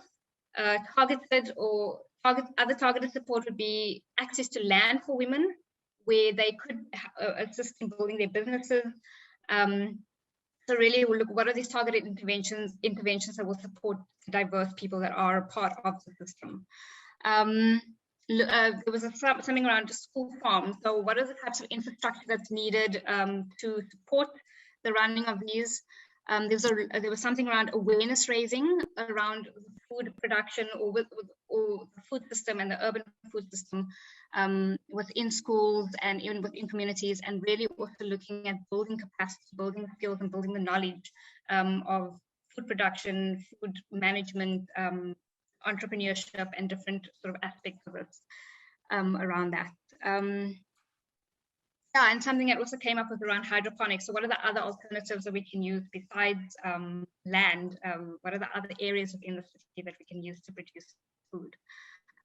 And also looking at mechanisms to make food production more affordable. Those are just some of the things that we were discussing in the group. And as you've mentioned, there's a lot of interlinkages between what everybody else was saying as well. If anyone else would like to add to that from my group, you're welcome to. Yeah, you're welcome to do it in the chat. Then what I would like to request is that, right now we are really giving these high level contributions, but in the line of work that you're in, or in some of the projects and initiatives you've been a part of, what really speaks to some of these opportunities that are being raised? Is there a case study? Is there an example? Please post these links in the chat so that we can go back to these. And it also helps us understand that this is achievable because it has been done, or it's in the process of being done. So please share links in the chat to case studies, to initiatives that are happening around some of these issues being raised. Is it issues about territorial planning? Is it issues around enabling women and youth to access land and resources? Is it financial mechanisms? Please do post these in the chat so that we can go back to these as case studies of what is happening. Daniel? Yeah, thank you very much, Sulu. In my group, we had fruitful engagement, and essentially, with regards to the first question about where opportunities lie in building a robust city region food system in Accra, one thing that came out strongly is the issue of post-harvest losses. And one thing, a major driver of that is poor storage facilities. And so there is the consensus that storage infrastructure needs to be put in place in order to, and that's one of the places that must be prioritized. And also transport infrastructure in order to reduce the distance that food needs to travel and to reduce negative externalities as regards the environment. Also, in terms of reduction of food waste, there was the suggestion that investment needs to be made in teaching people or training people on value addition to agricultural produce. So in terms of processing, that a lot of people needs to be introduced to these aspects of within the agricultural value chain, so that that can help to eliminate food waste. And also, one thing that also came out strongly is the issue of food sensitive urban planning, that urban planning needs to be done in such a way that incorporates issues within the food system. And so you must plan the urban areas and take cognizance of the food system.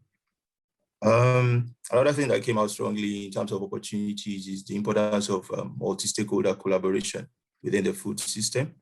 And there was this argument that this should not be limited to production or producer actors in such a way, but that it should incorporate every actor within the food value chain, or essentially the food system in general, be it waste or environment. And that is where my group thinks the opportunities lie in transforming the food system in Accra. And in terms of the second question, or maybe to cap it, maybe there is one.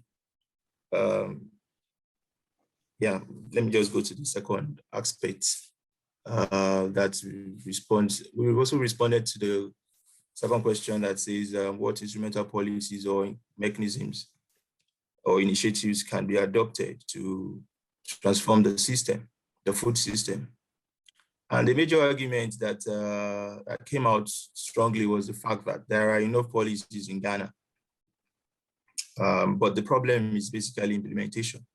So in terms of, and essentially there is also policy coherence. So it's not an issue of maybe the policies are not speaking to each other, but the policy frameworks, the policy arrangements, they are good.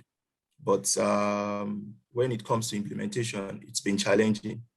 And one major factor that is affecting this is that people alluded to was poor accountability, that we do not hold people accountable in implementation. And so this needs to change in terms of implementation. What has been put in place in terms of policies needs to be implemented adequately, and people need to take responsibility to do that. Another issue that affects implementation is the issue of financial resources. And there is that challenge that of the perennial issue with funding. And that, yes, a lot of funding comes from donor agencies, but this funding, they have lifespan 4 or 5 years, or maybe if it's renewed for another 4 years. But that eventually this may go, and that how do we sustain these good initiatives, programs, and projects? And so there is that suggestion that the government needs to look inwards in order to catalyze funding of financial resources in the system. How can we do that? That is the challenge that we have. So the suggestion is that the government needs to step up in terms of innovative financing mechanism to finance projects and programs. In terms of initiatives also, we dwelt a little bit also on the issue of food environment, that the Accra's food environment has resulted in, I mean, there are issues now of the double burden of malnutrition, where the food environment fails to deliver healthy foods to residents. And so policies and regulations need to be put in place that tackles this challenge. And one of the issues is that advertisement also needs to be regulated, so that in a way that it decentivizes promotion of unhealthy foods. And also, when we talk about food environment, we cannot also forget to Daniel, talk about. please summarize. I think I've got a few more minutes remaining. And then I would Oh, like thank to you very much. also request that that we hold you a bit for an additional 10 minutes so that we can hear from our organizers of the National Dialogue, as well as a closing remark from the city and FAO. We'll try not to hold you longer than that. Thank you. Yeah, thank you. I think I'll just stop there. If anyone in my group has any contribution, they can just do it on the chat box. Thanks, Serafina. No, thank you very much, Daniel, for that. And I think really some of the key issues that are sort of cross-cutting that are coming through across the five themes that we're discussing this whole city region food system under. There are issues around, first of all, food sensitive urban planning, that is geared towards building resilience. And I think as I go over these points briefly is to encourage you to put examples in the chat, to put clarification notes in the chat, and to let us know what initiatives are currently happening that speak directly to some of these initiatives or opportunities. I think one that, as I've said, is issue around food sensitive urban planning, and this should be geared towards building territorial resilience, environmental sustainability, as well as intensifying urban food production. And we've also had different initiatives currently happening, or that different cities are pushing, and this is really speaking towards issues around promoting urban food growing and also intensifying urban food locally.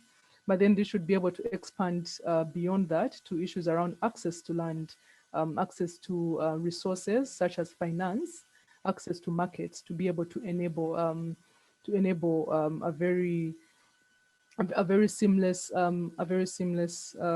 increase in access to food. And then we are looking at building opportunities for circularity within the food system, and this can strongly address issues around food loss, food waste, and the good thing with circularity is that it's quite a systemic intervention and can support food loss and food waste management across the whole food value chain, among other benefits that can be related to livelihoods, environmental regeneration, and other aspects of sustainability.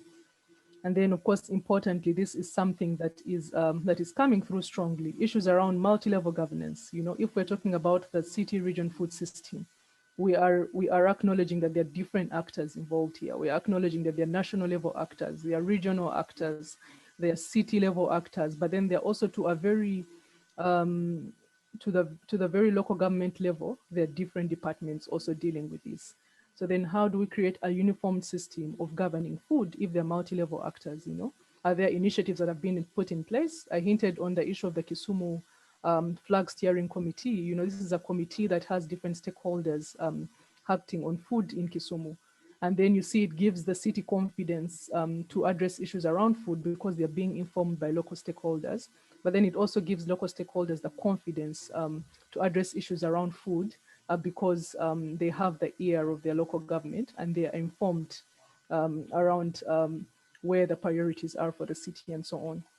And then I think one thing that is also strongly coming out is issues of sustainable infrastructure. Infrastructure at market level, infrastructure at transport linkages, at these different levels, there is an opportunity to develop infrastructure. And with all these initiatives, there are all these interlinked opportunities that come with them, issues to do with livelihoods, issues to do with reduction of food loss, issues to do with regulating prices of goods because you're reducing food loss, and then issues related to increasing nutrition.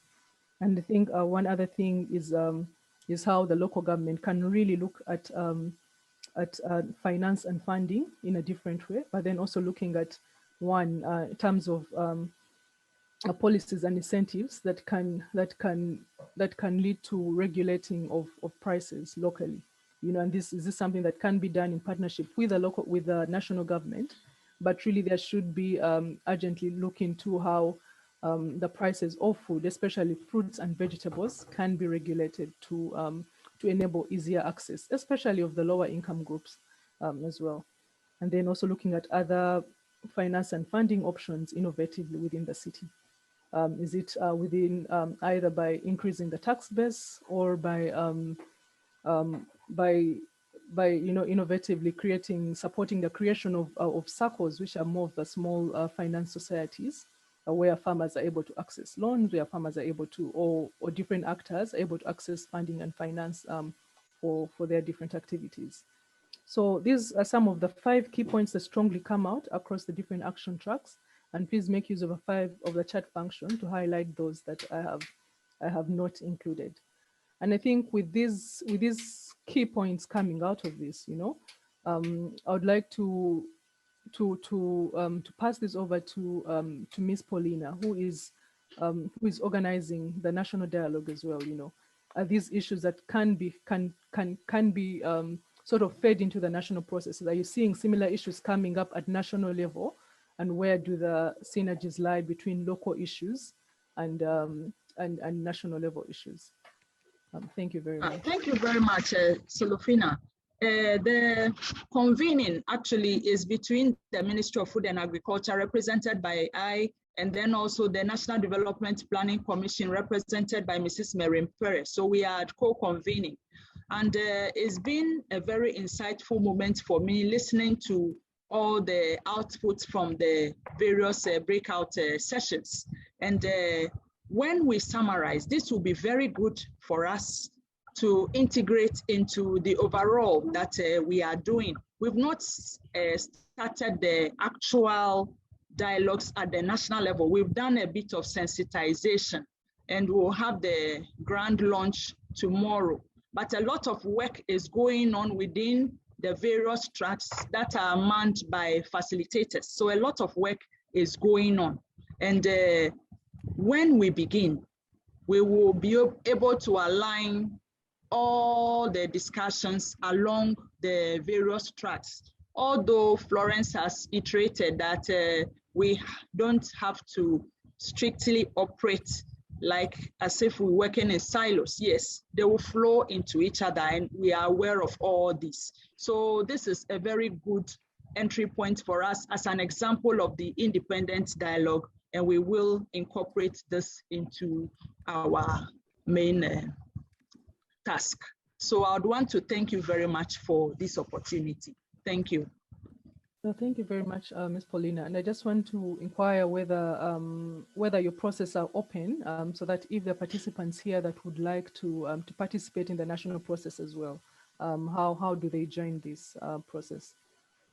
Thank you very much. We invited national level, we invited regional level, and we're also inviting district level. So there will be that broad spectrum of representatives. So I am sure invitations have gone to the district level for them to also participate. Thank you. Sure. All right, so then if anyone wants to be a part, then they have to connect to the district level to know what is already underway and be a part of it. Yes, but for if you would want to take part in what we are doing, let us know, and then we will give you also the opportunity to take part. Thank you. Absolutely. It's just a broad inception, just to officially launch the national dialogues. No, thank you very much for that information. So I think since my co-convener is also here, if there's a word or two she would want to add, that will also be good. Thank you. Absolutely. Mrs. Mary?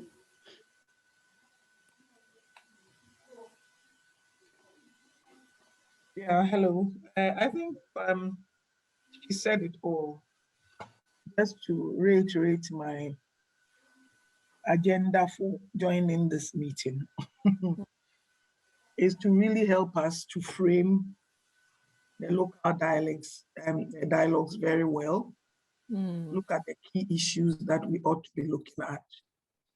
And secondly, I think that it's an example of how we want to integrate independent dialogues also into the work that we are doing. So for instance, we are interested in a report that will come out of this meeting, especially the recommendations per track.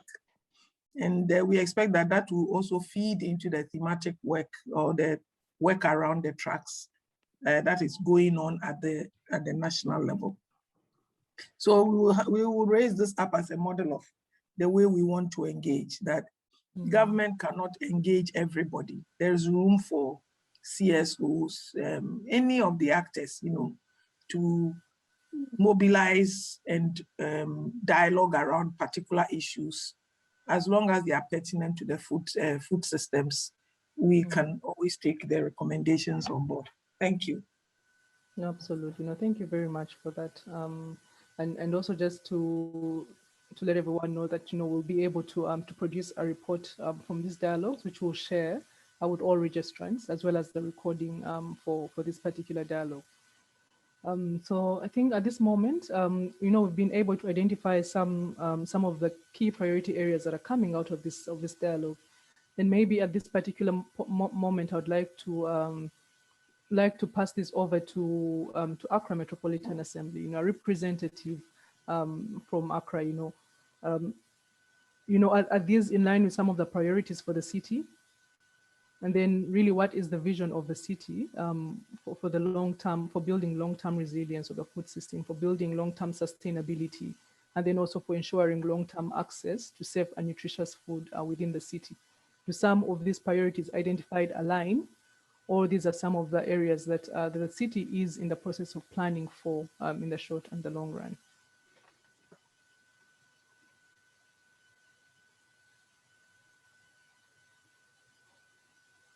Not sure if Dr. Etz is still with us, but I think the mayor did leave us with a representative to really offer a closing note on this.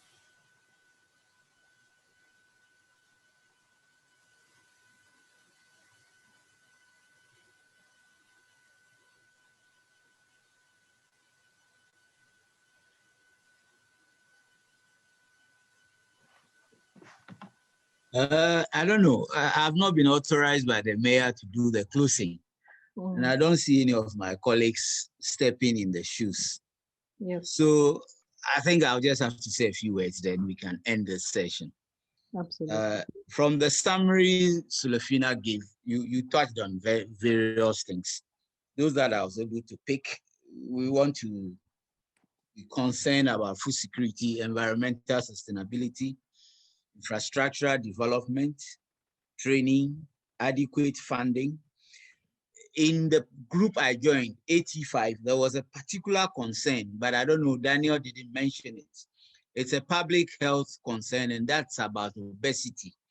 And there was a participant who said categorically that because of poor nutrition, obesity is becoming an issue. So as a city, we want to look at that and see what we can do to address that issue. Transport issues are also very important. Then one other thing somebody also mentioned was networking. We need to network to support one another to ensure that there is food security, food availability, and good nutrition for all of us. With these few words, I want to, on behalf of the mayor, thank all of you, all our virtual audience. Thank you so much for spending well over 3 hours with us on this dialogue. Our hope is that when the report is done and the recommendations are given, we'll be able to implement it for everybody's good. Thank you so much. And thank you for being with us. Thank you. Thank you very much, Charles, for that. And really just to iterate our support to the city, this dialogue has been a joint effort, through different actors that are very much interested in the transformation of Accra's food system. We've had we've had support from, of course, first of all, support from the Food and Agriculture Organization, the FAO, then ICLI Africa. We've had support from RUAF, from the Netherlands Food Partnership, from Meals. Just one moment, I keep forgetting the full name. It's Meals for NCDs. I think these have been also very strong partners in helping us organize this dialogue. I think this is to really strongly bring forward the point that as different actors, as different stakeholders in the food system, we are here to support you in the journey towards the transformation of the food system. And these are some of the initiatives that we are organizing to be able to, first of all, identify the key issues, but then how to move forward from just identifying these issues, but create practical steps towards identifying the solutions towards these. So thank you very much, and would like to also thank you, our different participants, taking 3 hours of your time to dialogue, to talk and to be kind of put into the limelight, to be able to express these different issues. I think that is something we do not take for granted, and would like to really thank you for being a part of us.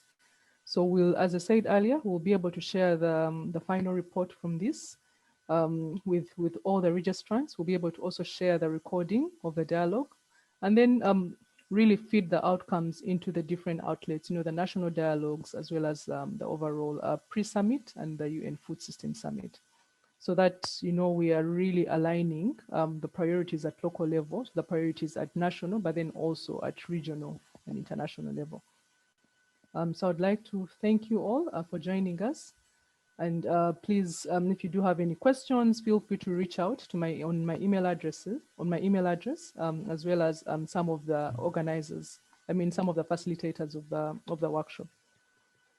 So thank you very much. And I think at this moment, allow me to close the discussion.